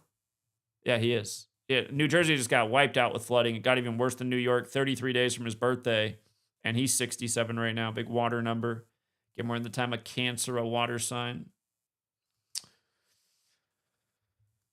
Okay. I also want to play a little bit of this clip. This girl here, Taylor Lorenz, she started a new channel. This doesn't have many subscribers, but her actual channel is huge, and she gets big views on her normal channel. Maybe she didn't want to put this on her normal channel because she knows she's doing bad work here. But again, I just want to play this video too. These are the YouTubers that get all the views these days. And she normally does good work. I mean, most of her videos that she does are good, but this is just horrible. Let's listen. Is the government manipulating the weather? Welcome to Vanish Mode. I'm Taylor Lorenz. And I'm Jordan Ewell. A devastating storm unleashed over 20 inches of rain over 4th of July weekend over a matter of hours, causing massive flash floods in central Texas. The surge of water killed over 100 people, and it's left dozens missing. But as residents and rescuers have grappled with the aftermath, they've been inundated with conspiracy theories about cloud seeding programs, government-orchestrated weather events, and chemtrails. I don't know how much you've been following this, Jordan, but it's gotten completely out of hand. Somebody actually vandalized a weather radar for a news station in Oklahoma. That is wild. I didn't know that. The conspiracies that we've seen the right put forward have not only been disgusting, but reckless. I hate how everything on this topic, anything you watch online, it's like connected to the right. I'm not connected to either political aisle. You know what else? The only people that have ever tried to take on my my information on weather warfare is Vice News. How come nobody else ever tries to take on my observations about weather warfare? And Vice News really should do a follow-up piece, because I mean, what? There's been like 5,000 more artifacts proving the exact same point over and over that they tried to make fun of in the 2017 article. Anyway, let's continue. We're talking about a tragedy that has taken dozens of lives already. And unfortunately, we've seen a few dozen young girls who were swept away at a camp. Their families are devastated. They're hoping that maybe they're, by some stroke of luck, their kids are still alive. And you have major right-wing voices pushing totally baseless theories instead of giving those families time to grieve. And I was thinking recently about how difficult that must be. You don't know for sure about the well-being or fate of your child's life. And that uncertainty has to be just absolutely devastating. But instead of grieving, supporting those families, you have people like Marjorie Taylor Greene suggesting that companies or the government are influencing the weather, trying to play God, and created this storm. Now, you mentioned this earlier, and I get annoyed about this because I've been attacked with this by so many people in the comments over the years, especially when my videos used to get views. Almost any time I would ever cover a mass shooting story, my comment section would just be full of hundreds of people mad about how I should just be mourning right now. How does this help the families? It's like, well, it's not just about the families. I mean, my sympathies are there, but what I'm exposing is a nefarious agenda going on within this nation that is evil, and it does kill people, and it's about scaring us out of our rights and liberties. And weather warfare is a real thing, and it's on the record for a long time. The U.S. military was used to flood out the Vietnamese back in the 60s. There's a reason, again, the founders gave us the ability to speak out with the First Amendment and protect ourselves from enemies, foreign and domestic. That's what I see myself doing, and I see most people being neglectful of that because they're so ignorant and they're so pumped up on whatever their mind control that their nation would never go against them when your founders warned you it very well could happen, because it's happened to many other people and nations before. But this idea of you should just be mourning. We don't need conspiracy theories, and just calling conspiracy theories is annoying too. Conspiracy is a real thing. And if these people were killed with a real conspiracy, that should be called out immediately. And like I've been saying for over a decade, as I've covered all these, I say, you don't stop this, it's going to be another group of people. It's going to be another group of children. It's going to be, again, I mean, this whole message right here of we should be mourning right now, not entertaining ideas that this isn't Mother Nature. No, that's bullshit. And by the way, just all the stuff too, out of sight, out of mind. It's funny how right now, for the first time ever, like cloud seeding's even becoming a topic in the news. That's been treated like a conspiracy theory this whole time. So it's like they're giving like a little way, like, okay, yeah, there is this cloud seeding thing, but it can only do so much. Well, is that true? They can only do so much? Because when you do it in massive doses, you can create massive rainfall, just as we did to the Vietnamese, which was admitted a long time ago. And God knows what else they've developed in this time. We're talking about what was admitted to in the 40s, with the technology of the 40s. What have they figured out since then? And please don't be the next person to ask me if I've heard about HAARP. You guys should look into all the stuff I have. I have the best information in the world on HAARP and why it was patented the way it does. What HAARP stands for equals 223, like natural disaster, and that's why its patent date is the 223rd day of the year, August 11th. Last year, the story about Lahaina, or 2 years ago now, the story about Lahaina from CNN on August 11th was how the whole town has been erased. Anyway. Yeah, I hate this sentiment over and over. This is disrespectful to the families. No, what's disrespectful is being closed-minded and saying something's an impossibility that's not, that is the actual real problem that needs to be called out and everybody needs to know about it so it can be stopped. Imagine everybody held hands and said, you know what? We're not paying another dollar in taxes. Now, too bad nobody can do that because we're all hooked up in this system where if you have a job, it comes out of your check before you even see your check. But in reality, people do need to come together and make demands on this kind of information. We want some real hearings about just how capable the flood technology was of the military from the time of Vietnam.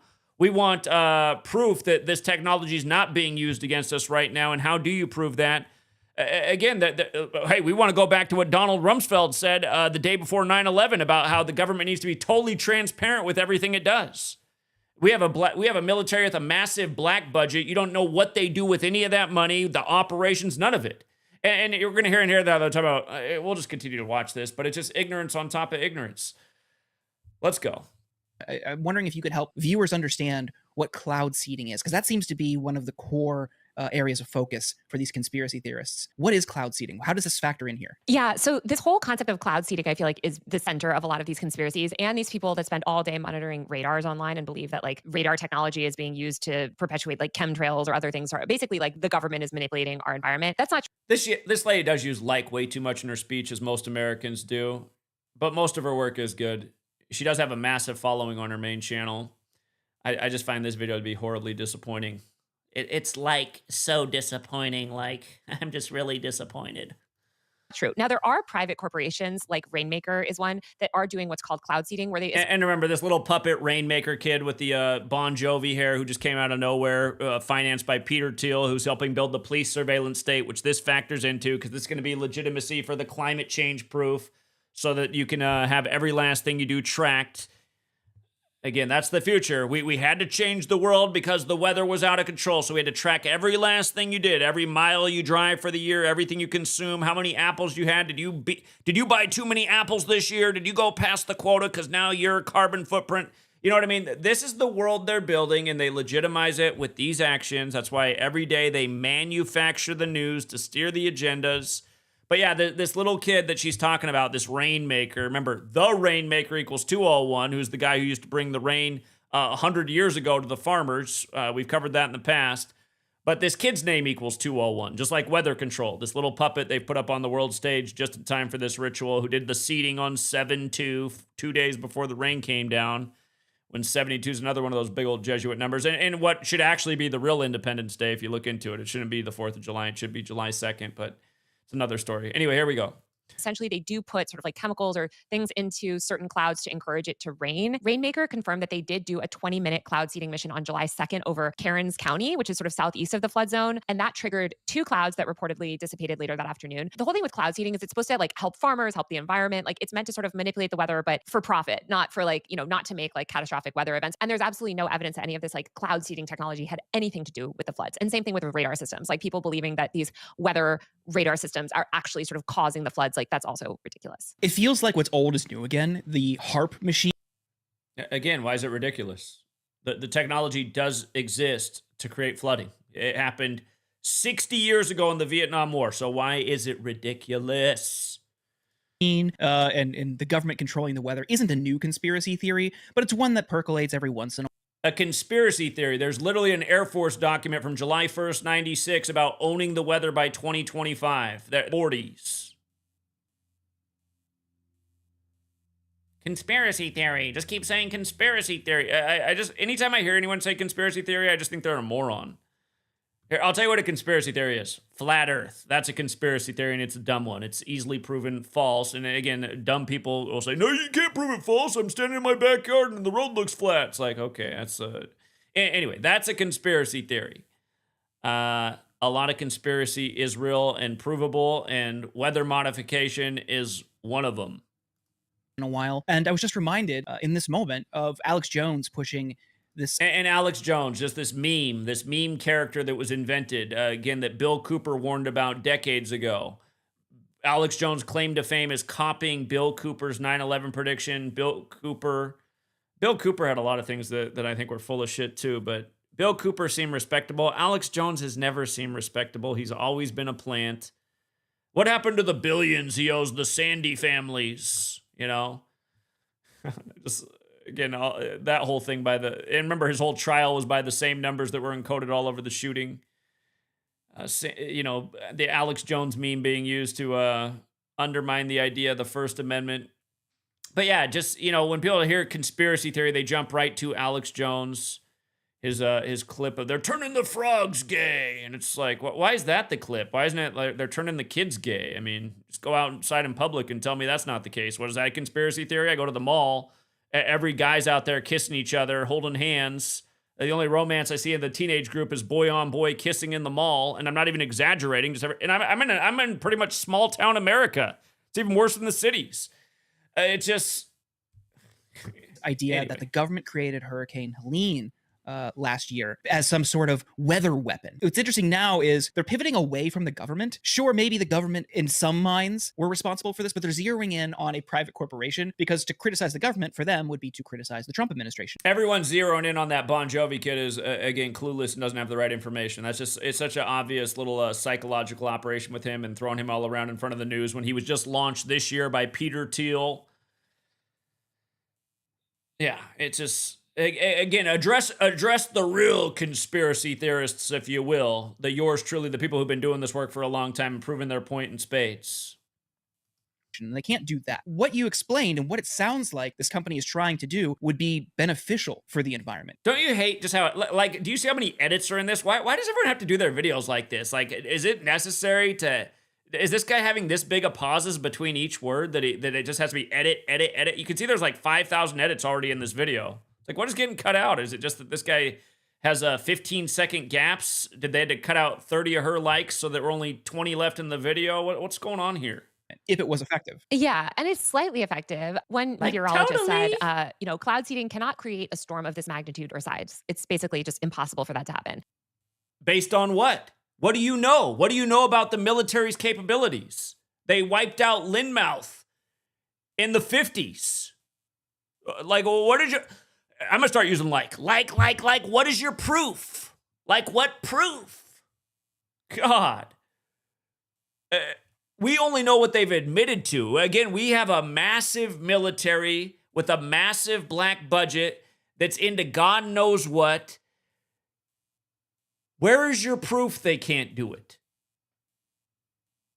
Again, what we've been doing over here is documenting the dates and the repetitive patterns with this crazy weather and how gematria perfect it is by this Kabbalistic code that our government operates by every single day.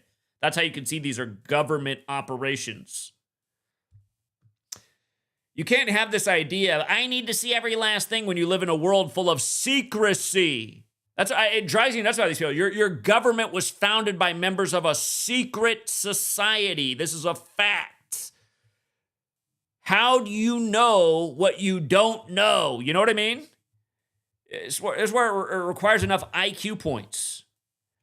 The only way you're ever going to find out the answers to these questions is by enough people being aware of as much as you can possibly be aware of, and then putting the pressure on the people who are responsible to reveal. Because this is the girl who's essentially doing the Wikipedia article. Well, I mean, once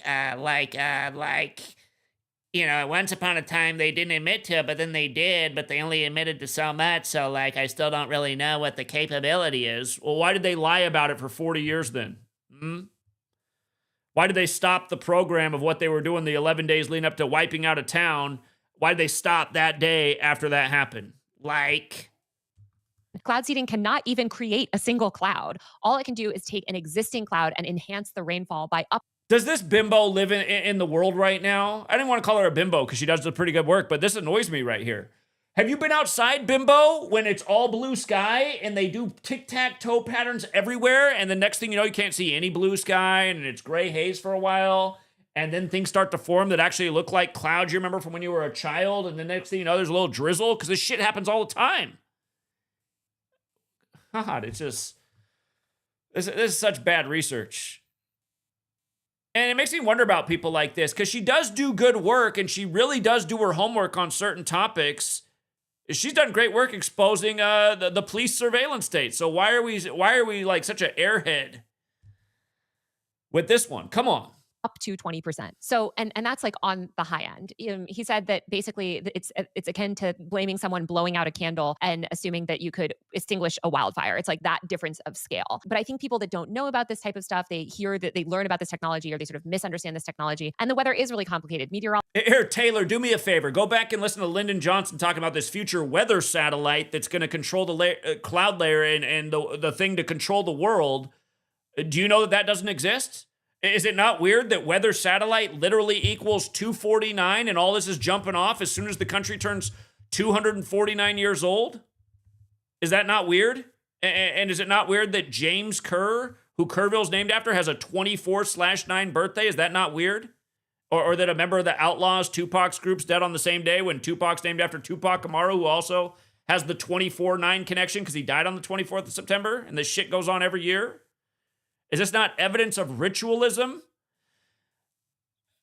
Again, as civilians, we only have so much information that we can look into. That's why I started looking into what I'm looking into, because something they lay down are these number rituals. I said, where can researching these number rituals take me to? What can this reveal? Can this help reveal more? Can this help shed more light in the world about what's going on?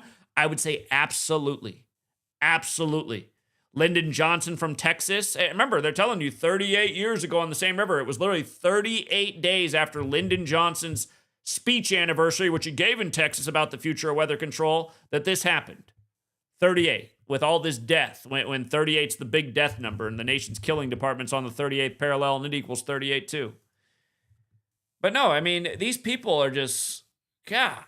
Meteorology is sort of complicated, and there's not that many meteorologists left in the country, and so they're just jumping to these wild conclusions. I guess in practice, if there was a drought, You're jumping to wild conclusions. You're jumping to ignorant conclusions. They're like really ignorant, Taylor. They're like so ignorant. stricken area, for instance, there might be some utility if this technology pans out.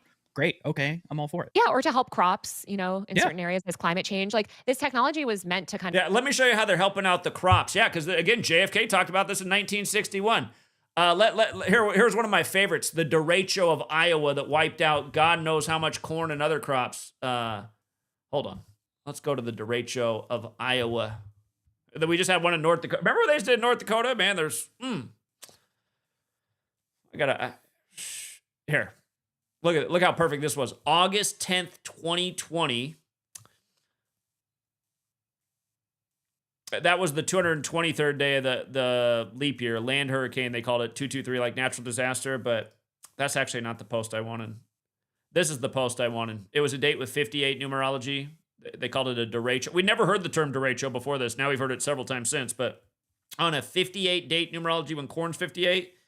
And let me see if I got this detail about derecho, because they say a qualifying wind speed is 58 miles per hour. Hold up. The qualifying wind speed for a derecho is 58 miles per hour. I think I mentioned this in the recent one I did with what happened in North Dakota on the 68th anniversary of the worst ever tornado in the state's history. Look at this. A derecho, it needs to have at least a wind gust of 58 miles per hour. What just got smashed in North Dakota was Spiritwood with the derecho. And if you missed my work on this, there's a lot to it that's interesting. It was 33 weeks after the state's birthday. But again, it was 68 years to the day of the state's worst tornado. And from the latest Twisters movie coming out to what just happened in North Dakota was 337 days later, the 68th prime number. Again, do we just think all this is a coincidence, or does it look like all of this is mathematically and Kabbalistically planned? And keep in mind, there's been a lot of rituals synced with the release of that Twisters movie, which came out on the 201st day of the leap year last year. All right, let's continue. Kind of sort of buffer the effects of climate change. And it can do that to like a very small extent, maybe over certain farmlands, but it's certainly not. And there's no wide scale manipulation of the weather. And also just like you see these people. See all these claims with no proof. See, when I do videos, I bring proof of why I'm saying what I'm saying. And there's this example, and there's this, and there's this breadcrumb trail. Remember last year, we called out the hurricanes before they happened and why it was going to be such a bad season. And then we showed, like, for example, why Anderson Cooper was in Bradenton, Florida all day, when Bradenton, Florida is where Tropicana was established in 47, the year of the first military hurricane experiment, and why the Tropicana Hotel was demolished earlier in the day in Vegas.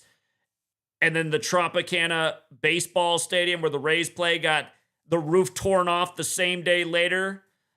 Again, this is major ritualism. And then just the whole Milton thing making landfall by the numbers on the anniversary of the hurricane, or the anniversary of the cartoon Milton the Monster. Like when Dora took out Maui, it was the anniversary of Dora the Explorer, the cartoon ending. You're just saying things with no proof. That can't happen. It can't do that. It's like blowing out a candle and comparing that to a forest fire. Just stop. on Instagram that do the sort of like radar readings every day, and they're looking at these radars and they're pushing all these conspiracies about chemtrails, which also have gone back for, years and years. And it's this idea that like the government is, I guess, running this orchestrated campaign to like just fill our skies with chemicals. And does anybody live outside? Do you go outside, Taylor? Do you go outside? And also, it's been alluded to, the Ivy League schools a few years back talked about dimming and how it could save us from climate change. Bill Gates talked about this a long time ago. They call it dimming the sky to limit the effects of the greenhouse gases. So the strategy's been described in its purpose. As for the chemicals, from what I understand, there's a lot of the 56th element of the periodic table up there and that stuff, and that's interesting because climate change equals 56, but I believe that's boron. What's atomic number 56? Barium. Yeah, that's what it is. Not boron, barium. My bad. But yeah, they say there's a lot of barium up there and that shit they're putting up there. Anyway, let's continue. There's just not evidence of that. Yeah, if they wanted to fill you with chemicals, they would just put... There's just not evidence of that. It's like, I guess if you never look up and you're just like looking at your black slab all the time, if you look up at the sky, it's like, planes got lost again. The whole sky's all full of shit. What is that? In the food. We're already eating. We are being filled with chemicals. Right. We're already chem-maxing. This is what's so funny to me. Like, you have to invent some wild conspiracy theory that doesn't even make sense from like a cost-effective point of view. Like now, the government's always said that this dimming thing's not that expensive. They talk about how they want to start dimming the skies like they're not already doing it and how cost-effective it would be. So this is a dumb statement right there, first of all. And here, I'm just going to finish the rest of this quote because it's just like, this guy's serious? The company's already pumping all your food with bullshit. They're filling it with additives. Like most other developed countries wouldn't allow half the shit in their food. But in the United States, the government is so lax on its regulation, these companies can do whatever. And you're worried about them putting something in the air? You're missing the forest for the trees. Well, it's all... I think this guy's missing the forest for the trees, isn't he? Yeah, you're right. They do all kinds of crazy shit in this country. They do poison us, not just our food, also our water supply. Why not poison the air? Why not? Why not? Isn't every agenda going about mass depopulation? Why stop there, buddy? What about for people who want to have organic farms? Oh, shit, you can't now because whatever the hell they sprayed up there is coming down. And this is the thing about how blind you are. I challenge both you guys to come out here in September where I live because every September it's so obvious. It's something about the climate conditions where I live right now. In September, the shit they spray rains down out of the sky like long spider webs. And it'll happen other times of the year, but it's just in September every year, September into October. I see the same thing. It just comes down. You just see it coming down. You see it land on you. It lands on your car. It gets stuck on the windshield. It's like long spider webs just raining down out of the sky. What is this stuff? Well, what does it do to the things it touches? If you have an organic garden, is it still organic?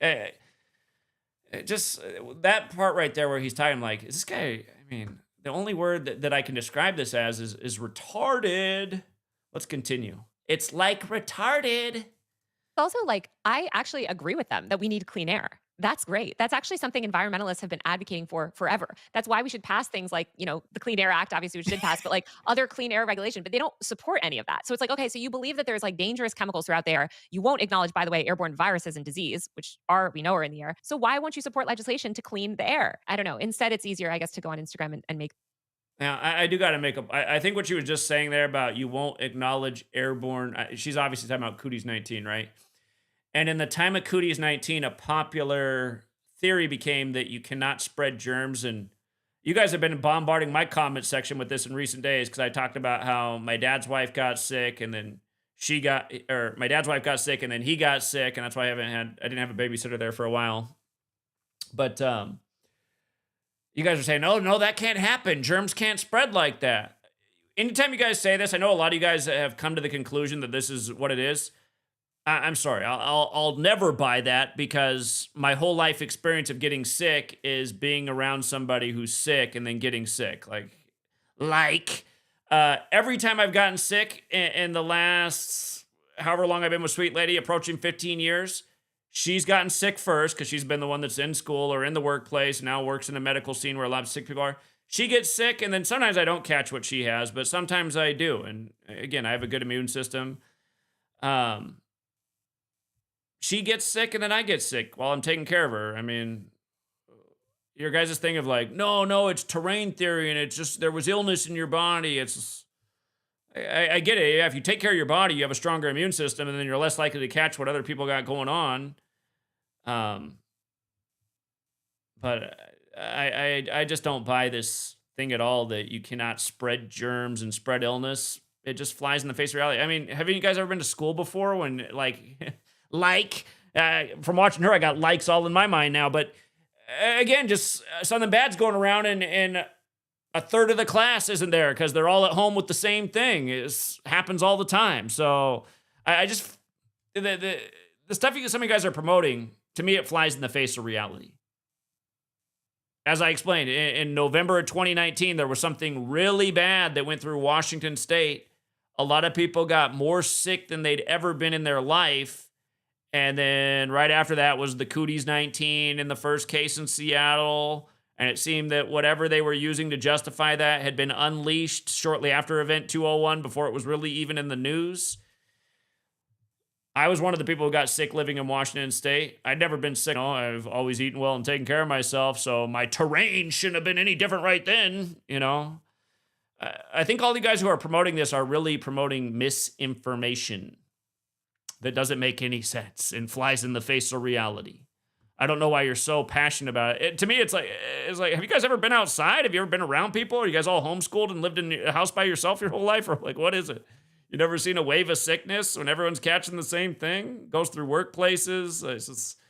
I don't get it. I don't get why you guys are so passionate about this seemingly obvious misinformation. And if she said one thing that was true, that crack she just said, I was like, yeah, she might have got him there. She might be right about that.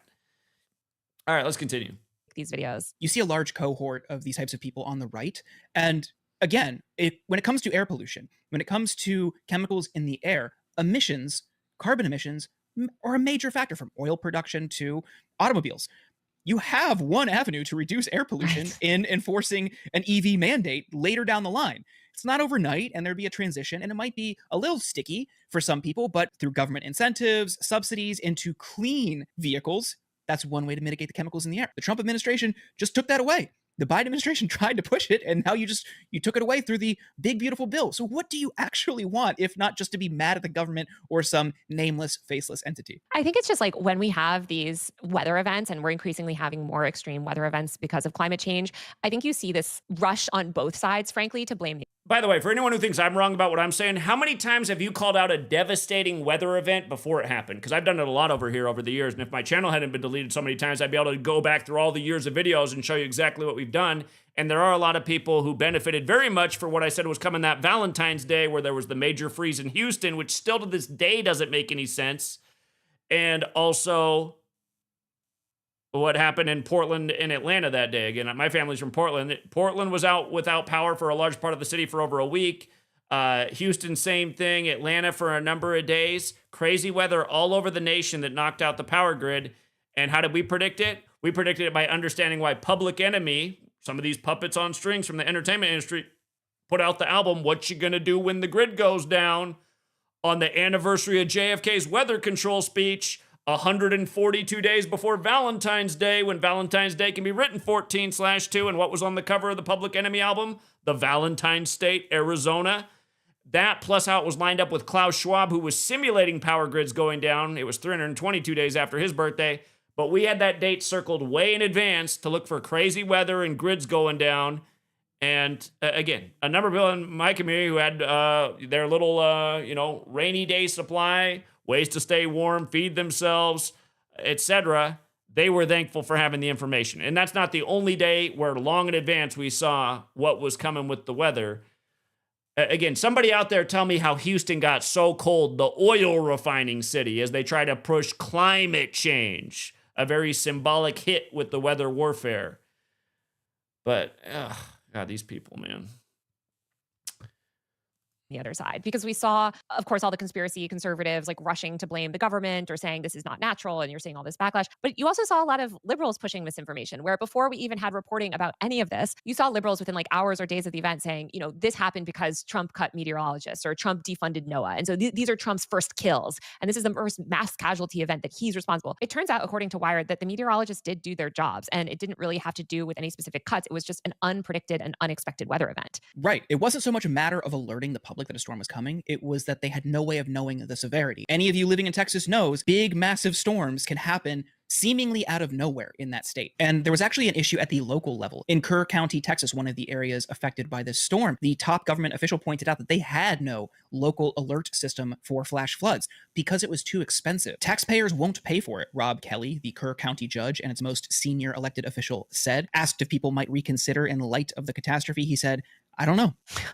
I don't think they will, unfortunately. We've talked about this before, but there really is just no collectivism in this country at all. And it's really every man for himself. And I think we saw that in LA most recently with the wildfires as well, where there are things that we could collectively do to make our city safer and to make sure that homes are protected. And, we're all in a better spot, just ecologically. Of course, the LA fires were totally by the numbers, synced up perfectly with the mayor. We said at the beginning of the year to look for floods and fires this year because both flood and fire equal 25. The LA fire happened on the 97th day of the mayor's age, the 25th prime. Let's continue.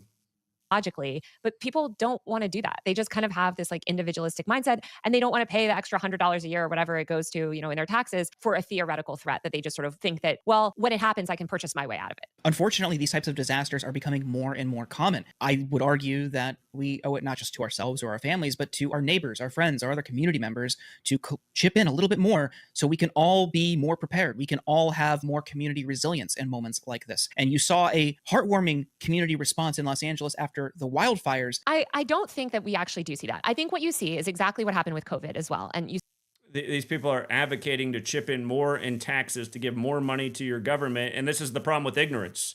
Your government is using your tax money for all this unnecessary militarism across the world, including with your weather. And you have to be brain dead to not know that.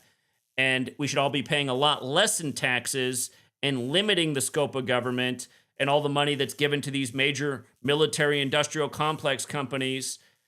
Again, you shrink the tax pool, these problems are going to go away. That's the reality of the situation. It's just, this is the problem with ignorance. You just there's no weather warfare. We just need to get more money to government. That's exactly the agenda too. Listen, they need more money to fight climate change. No, they don't. They're creating the climate change events.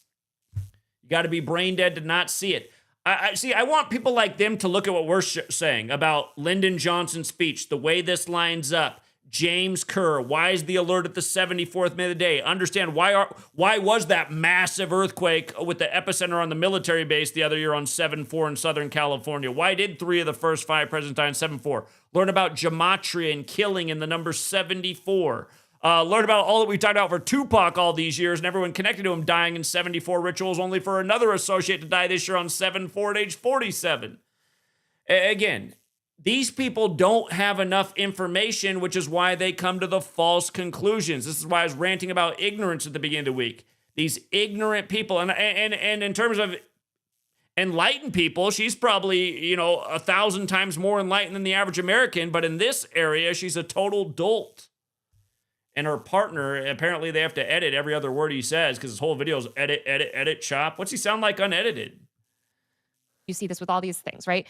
There is a brief moment of solidarity initially after the tragedy happens, where people are like, oh, that's so horrible, right? Let me do the food drive. Let me do the fundraiser. Let me do my little bit to participate and feel like I helped someone after this natural disaster. But that dissipates very quickly. People have the attention span of a goldfish, and they're not providing any long-term structural support to people whose lives have been devastated by these events. There are people that are still unhoused from the Altadena fire. There are people that will never financially recover. And yeah, there's sort of these stopgap mutual aid networks, but that is nothing compared to what the government should be providing, right? Or what the government can provide and has provided, in previous situations when it was sort of covered, if that makes sense. So I guess it just bothers me even when I see what we're seeing now, which is this cycle of oh my God, this is so sad. Everybody go down, everybody donate. But I promise you, 6 weeks from now, they won't be there. Look at what happened to Asheville, North Carolina. That place was devastated. People lost their homes and again, are still recovering. And It's just, once the news cameras move on, And once social media content creators are, talking about something else, it's like it doesn't exist. And that's the problem, is that we have no. And that is true. Just the United States of amnesia. It's like I was writing the book on Maui, and I just realized a week had gone by, and all of a sudden nobody cared about Maui at all anymore. And I thought, this is a big deal. This is a big deal, and it's too bad that it's a non-issue a week after it happens. No long-term planning and infrastructure. Yeah. I think part of that would be the government holding the insurance companies' feet to the fire. I mean, these are companies that have, in the case of California and the Southern California wildfires, are not insuring homes. They are denying claims. They'll fight tooth and nail to avoid paying out. I would imagine we might see something similar in Texas, just as we did any sort of arm twisting or pressure or resistance in North Carolina. These companies purportedly are there to help families get back on their feet in moments like this, but time and time again, they are putting profit over people. So that's one way, just one, that people in power could respond beyond just, showing up in jeans and a bomber jacket to carry sandbags for a photo. He's talking about Gavin Newsom, and did you think about why Gavin Newsom showed up in a bomber jacket, what pilots wear? Did you think about that, moron, in light of the Royal Air Force saying owning the weather by 2025, moron? Did you think about that? Because earlier in the video, you said the government doesn't have anything to do with the weather. Why is he showing up in a bomber jacket? Dumbass. Photo op and then disappearing. And totally, I think you're absolutely right. I think community solidarity should extend beyond just that brief moment it's in the cultural zeitgeist. And speaking of solidarity, there's not even that much solidarity, because you had a lot of liberals, like blue MAGA type, liberals, that were gleeful about this. They were making videos and posting tweets like, oh, haha, serves them right, F around and find out. And it reminded me again so much. Okay. Yeah, again, the whole political divide crap is so annoying. And again, that's what gets all the views too. Just watching these dumb reaction videos and, oh, can you believe this person said that? And, oh, look what this liberal said that. Look what this conservative said. It's just, God. How about look into what we've been talking about? How about when the Maui fires burned up and how we showed it was all synced with The Rock, who did the Moana character, Maui, the fire god, how that was all synced. And we said, just wait until next year when he turns 52 on 5-2, the weather warfare number, just what's going to happen with hurricanes in light of him formerly being a Miami Hurricane football player. And again, I mean, this is why we need people, we need her to address this information. I'd love to see the video of these two trying to debunk this stuff. Is this the right one here? The Rock was inspired by a kid with Down syndrome named Milton. Hold on, let me see if this is the right one.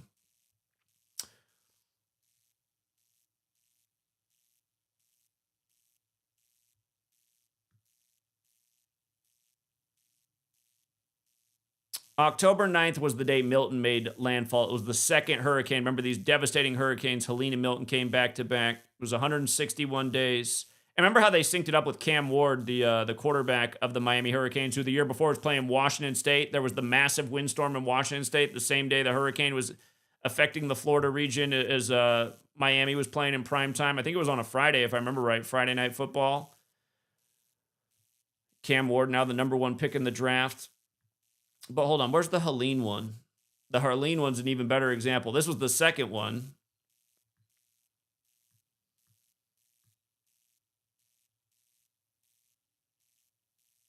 Hurricane Milton became a Category 5 on the 163rd anniversary of John Milton becoming the 5th governor of Florida. Just more mockery, and then you had the Milton, the monster thing. But hold on, I'm trying to go back to the Helene piece.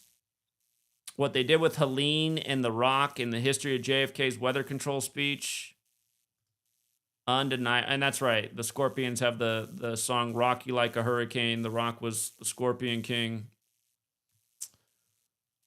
We made the 2 dead-on predictions for what day there'd be earthquakes in California based off The Rock and his movie San Andreas. But hold on. Where is the post I'm looking for?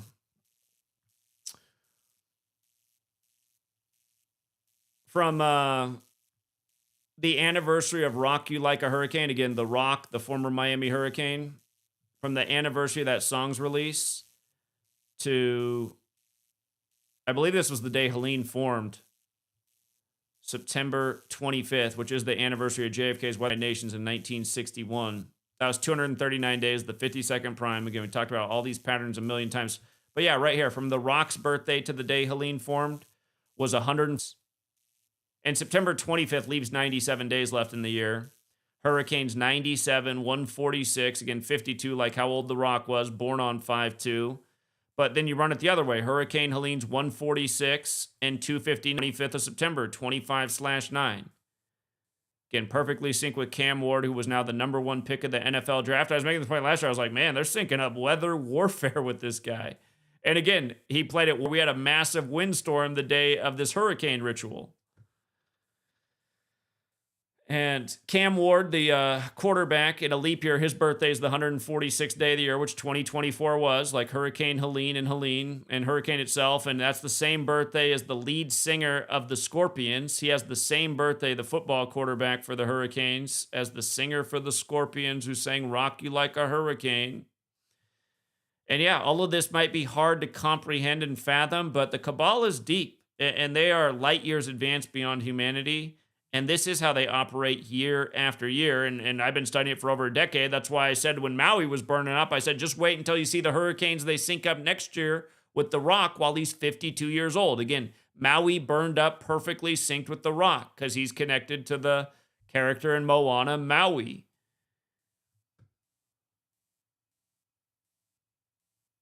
Yeah. Milton equals 83, like flood, like Genesis 8:3 is where the flood ends. And Milton brought the flooding and made landfall on the day, leaving 83 days left in the year. Again, the anniversary. And keep in mind, football is also 83 in light of The Rock being a former football player for Miami, but as well as Cam Ward. And by the way, there used to be a goalie in the NHL who played for the Hurricanes named Cam Ward. Go figure. We also predicted last year why the Hurricanes would get off to a 5-0 start in California, playing Cal, when the Rock's from, I meant to write San Francisco. You know, Cal's in the Bay Area. Big number there in San Francisco. They hosted Super Bowl 50 and whatnot. They were once 5-0 in Super Bowls. But yeah, Miami did start off 5-0 versus Cal last year.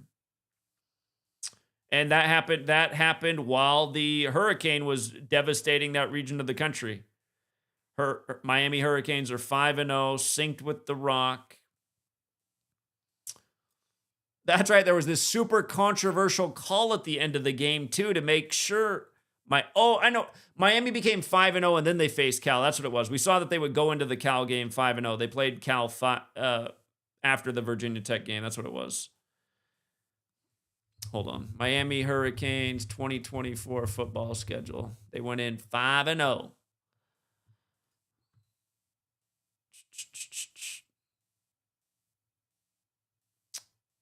Yeah. They beat Florida A&M, Ball State, South Florida, 5-0 versus Virginia Tech. Then they faced Cal. Scripted sports, scripted weather, rituals year after year.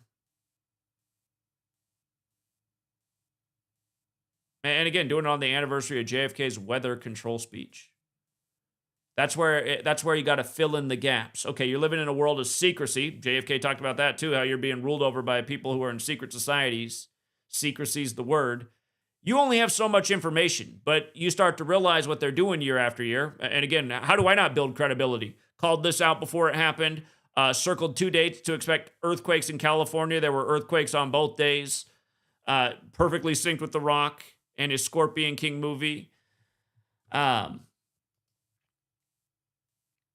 Now, one thing I got to mention, hopefully I'll be wrong about this prediction. We did get those earthquakes while California is 174 years old. There has not been a horrible earthquake, though, in California while it's 174 years old. It'll turn 175 on September 9th. That date's fast approaching.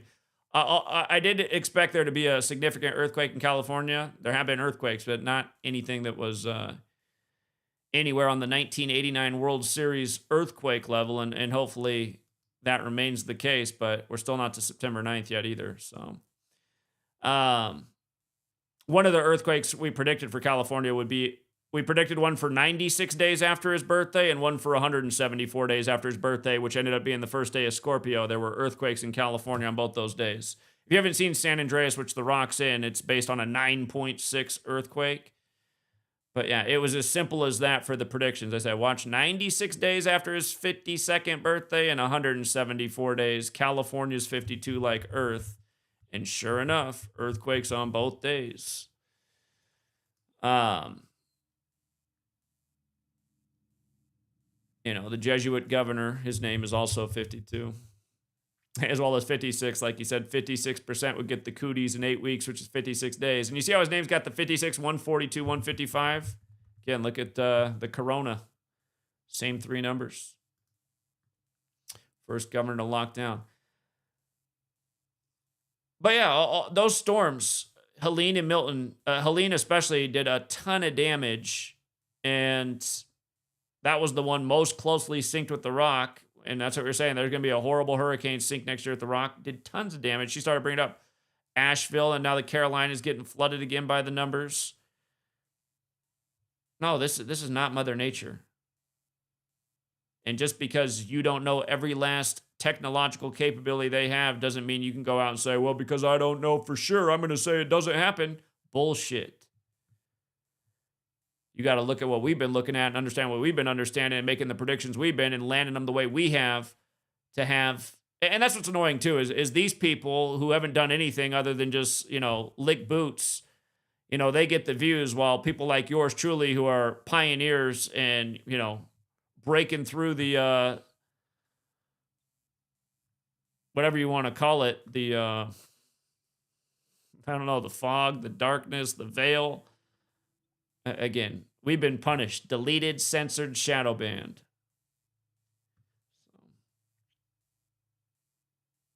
Yeah, if people were observing this content, it'd be a different situation. Let me say thank you to the super chatters real quick, and I'll take a few calls, and then I gotta get Sweet Girl. Shout out to Generous Dale again, who chipped in another 5. MK James with the big 10. Thank you. Rick James with the big 5. Chris with the 5. He said, Mets Astros World Series would be a tribute to Trump from New York and John F. Kennedy killed in Texas. Happy 8-month Ruby. Appreciate you, Zach. Appreciate that. Technically, JFK was killed closer to Dallas where the Rangers play, but I hear it. Yeah, Texas. John Mendoza says, thank you for the work, Zach. MK James with another 5. Appreciate it.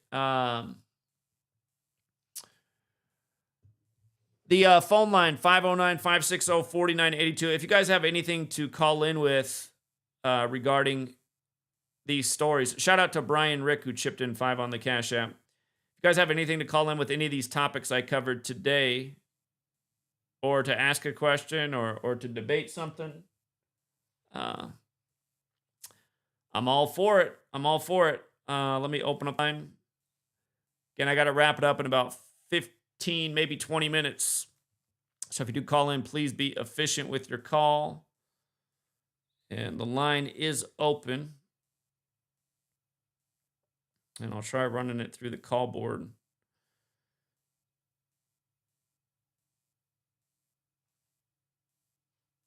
Okay. All right, yeah, the line is open if anybody wants to phone in. While I wait on the first call, I'll see what else is buzzing in the news right now.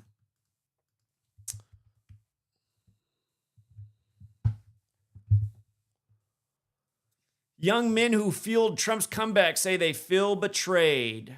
People are really upset about the Epstein thing, but to me, it's like, how can you be upset about that? I mean, you know, this guy was a pig before. I mean, God. What's going on, Zach? What's up, George? Yo, just wanted to keep it quick. There's a document from 1970, might have been October. It was declassified. I don't know how long ago, but it was classified for a number of years. And the title of the document was Department of Agriculture by the Department of Agriculture and Forest Management. And the title of the document was Using Forest Fires as a Military Weapon. And that document's very important because it's tied to the November 8th, 2018 fire that you covered, and Mike Morales exposed how it happened, and rest in peace to him. So I just wanted to share that there's video evidence. Let's hold on. I'm going to look this up. I appreciate this because I wasn't aware, but just to remind, Paradise in LA, it was the worst fires in or California history at the time on November 8th. Again, Paradise, California, Los Angeles, California. They both equal 118. It's a number of death in Gematria. Deadliest wildfires on this 118 date. But yeah, forest fires as a military weapon, right? Yeah, 1970 Department of Agriculture and Forest Management. Do you see what day it was published? Do you see what day it was published in 1970? No, I'm driving right now. I just, I have a few quick points, but I could go on, of course. But yeah, man, that I didn't see the date. No, I didn't. It was published on the Illuminati's birthday, May 1st. It never fails. I tell you what, man. Mike, since he had all the computer tech, I would call him. He was the boss of bosses, and you at that were considered a capo. But since Are you still I'm sorry, am I still there? You cut out for a second. Oh shit, we lost him. You can call back if you're out there. Just for the record, you guys, Fire does have that Gematria 70 as well. This document was published in 1970. Fire as a weapon, and it was published on the Illuminati's birthday, May 1st. Trying to think, 1776. So that would have been the 194th birthday of the Illuminati. Is that right? 194th birthday. 202. Yo, Zach. When you tell us that they use our tax money, like if God comes back tomorrow and decides to punish these people, he's gonna punish us too, right? Because that's our money they're using. Like the blood is on our hands as well. You know what I'm saying? So sure, yeah. Yeah. Also, do you take for videos to react to? Because I wanted to request this Epstein video. To play the nearly 11-minute video? Is that what you're asking me to play? The nearly 11-minute Epstein video released? Oh, no. This video is a YouTuber basically exposing how we use Adobe Studios to basically the government used Adobe Studios to basically edit the footage. Basically, he was basically showing how they're trying to cover up the whole Epstein thing. But sure, I don't doubt it. And I would think the government has better editing tools than consumers are, have access to as well. So I have no doubt that they edited the video. Yeah, it's crazy because in the video, he even shows you, when you log into a user on your Mac, for example, and it shows the username and even shows that as well in the in his research. Anyways, I don't know if you take requests. I don't know if you're towards the end of your stream and you're basically about to get off. I wanted to send you that video to see if you can send it to me. I'll take a look. Send it over. I'll definitely take a look. How? On this phone number, yeah? You can text it to this number. Yeah, that's one way to send it. Just text it to the 509 number. Yeah. I'm going to send it as a link, if that's okay. Okay. Sounds good. All right. Appreciate it, man. Thank you. Yep. Take care.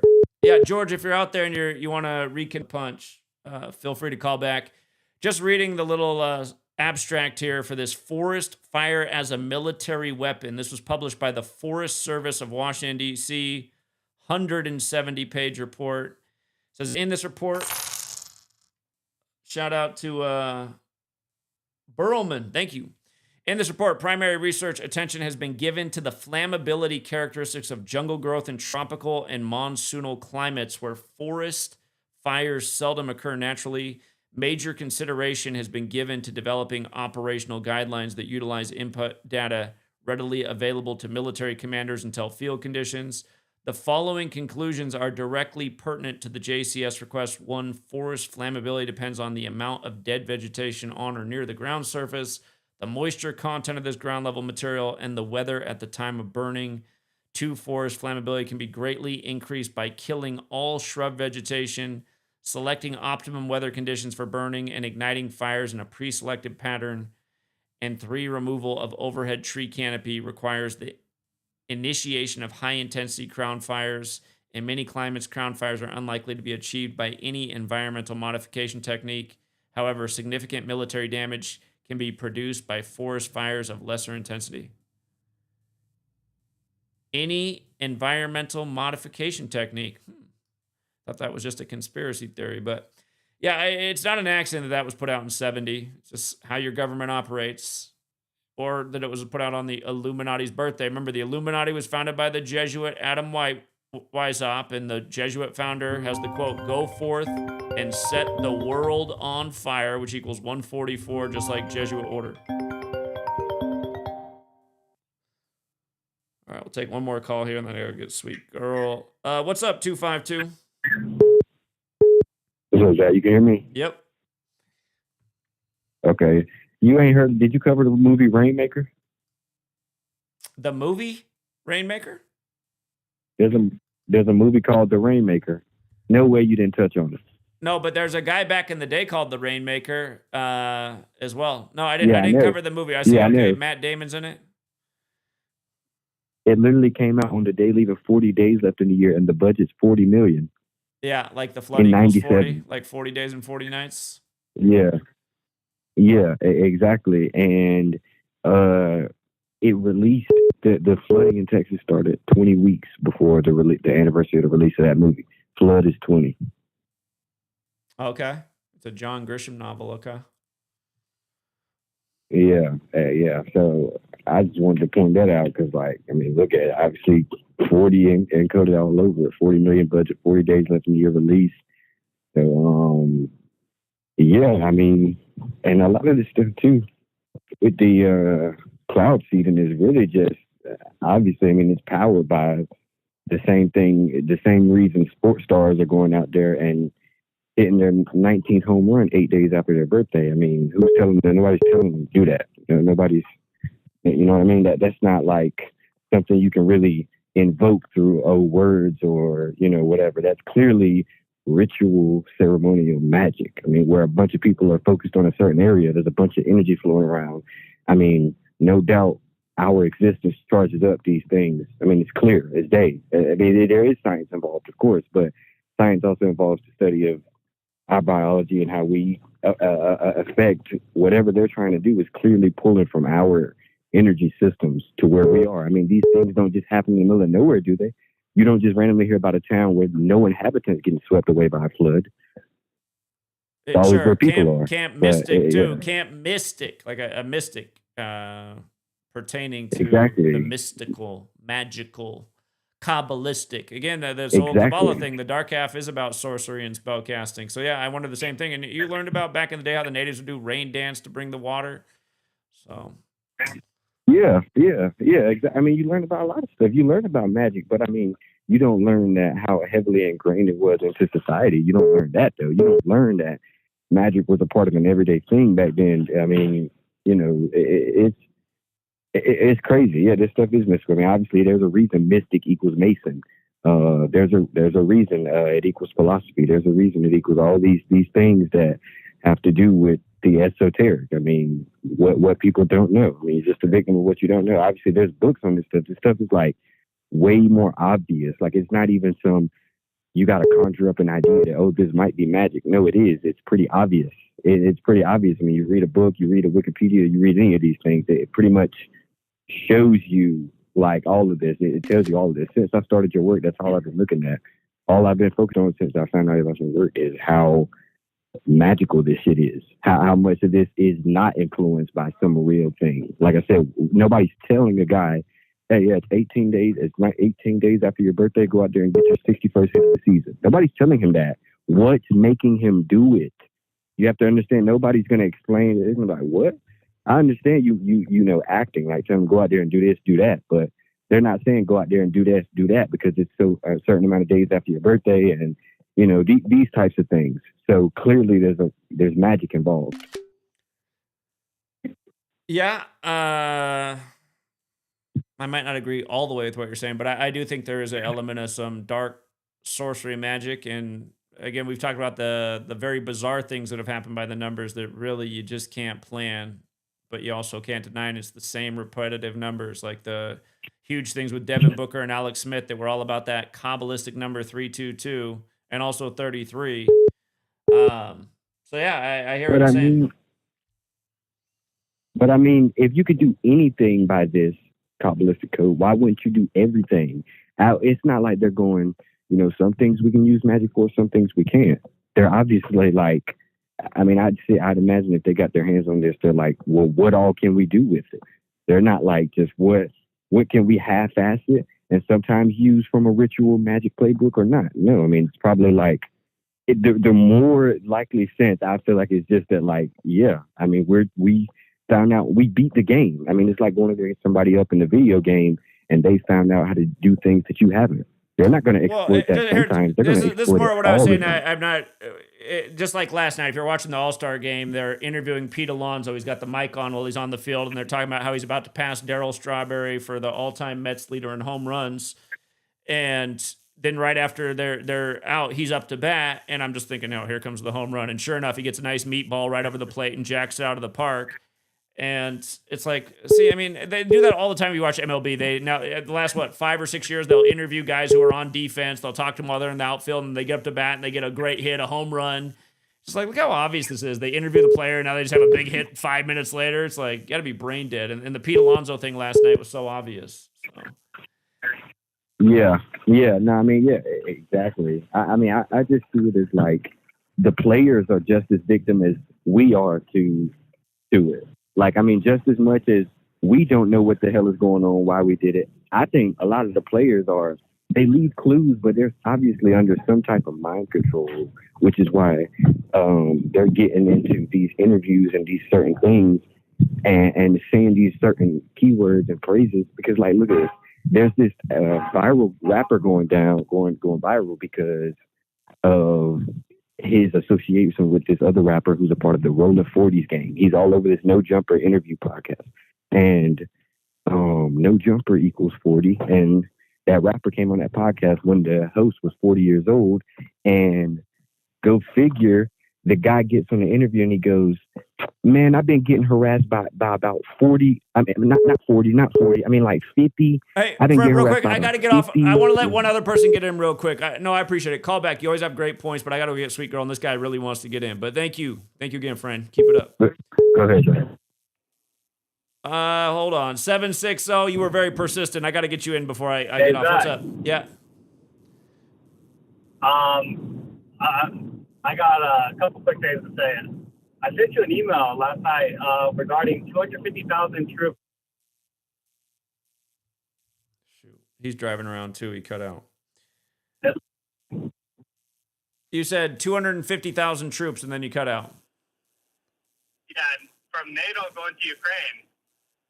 That's supposed to happen right now. And also the Fourth Reich is something that's being discussed in Germany. And for the weather, like the weather manipulation stuff, you should look up Celeste Solom from the Celestial Report. She used to work for DARPA. She has a lot of good material on there. Like, she talks about the forest fires, military weapons, and like nano robots in like fog. And that's mentioned in that 1996 Air Force catalog you talked about. Okay. The only thing I see about 250,000 Ukraine troops to NATO is a YouTube channel, RTS Battle Room. It doesn't look like any of the media's covered that.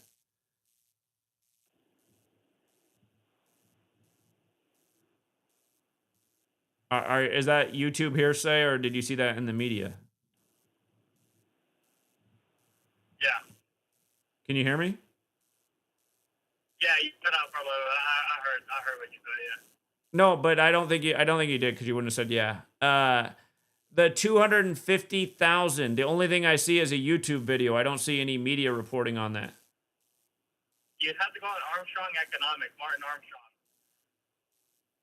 All right, Martin Armstrong. All right, and then who was the other person you recommended?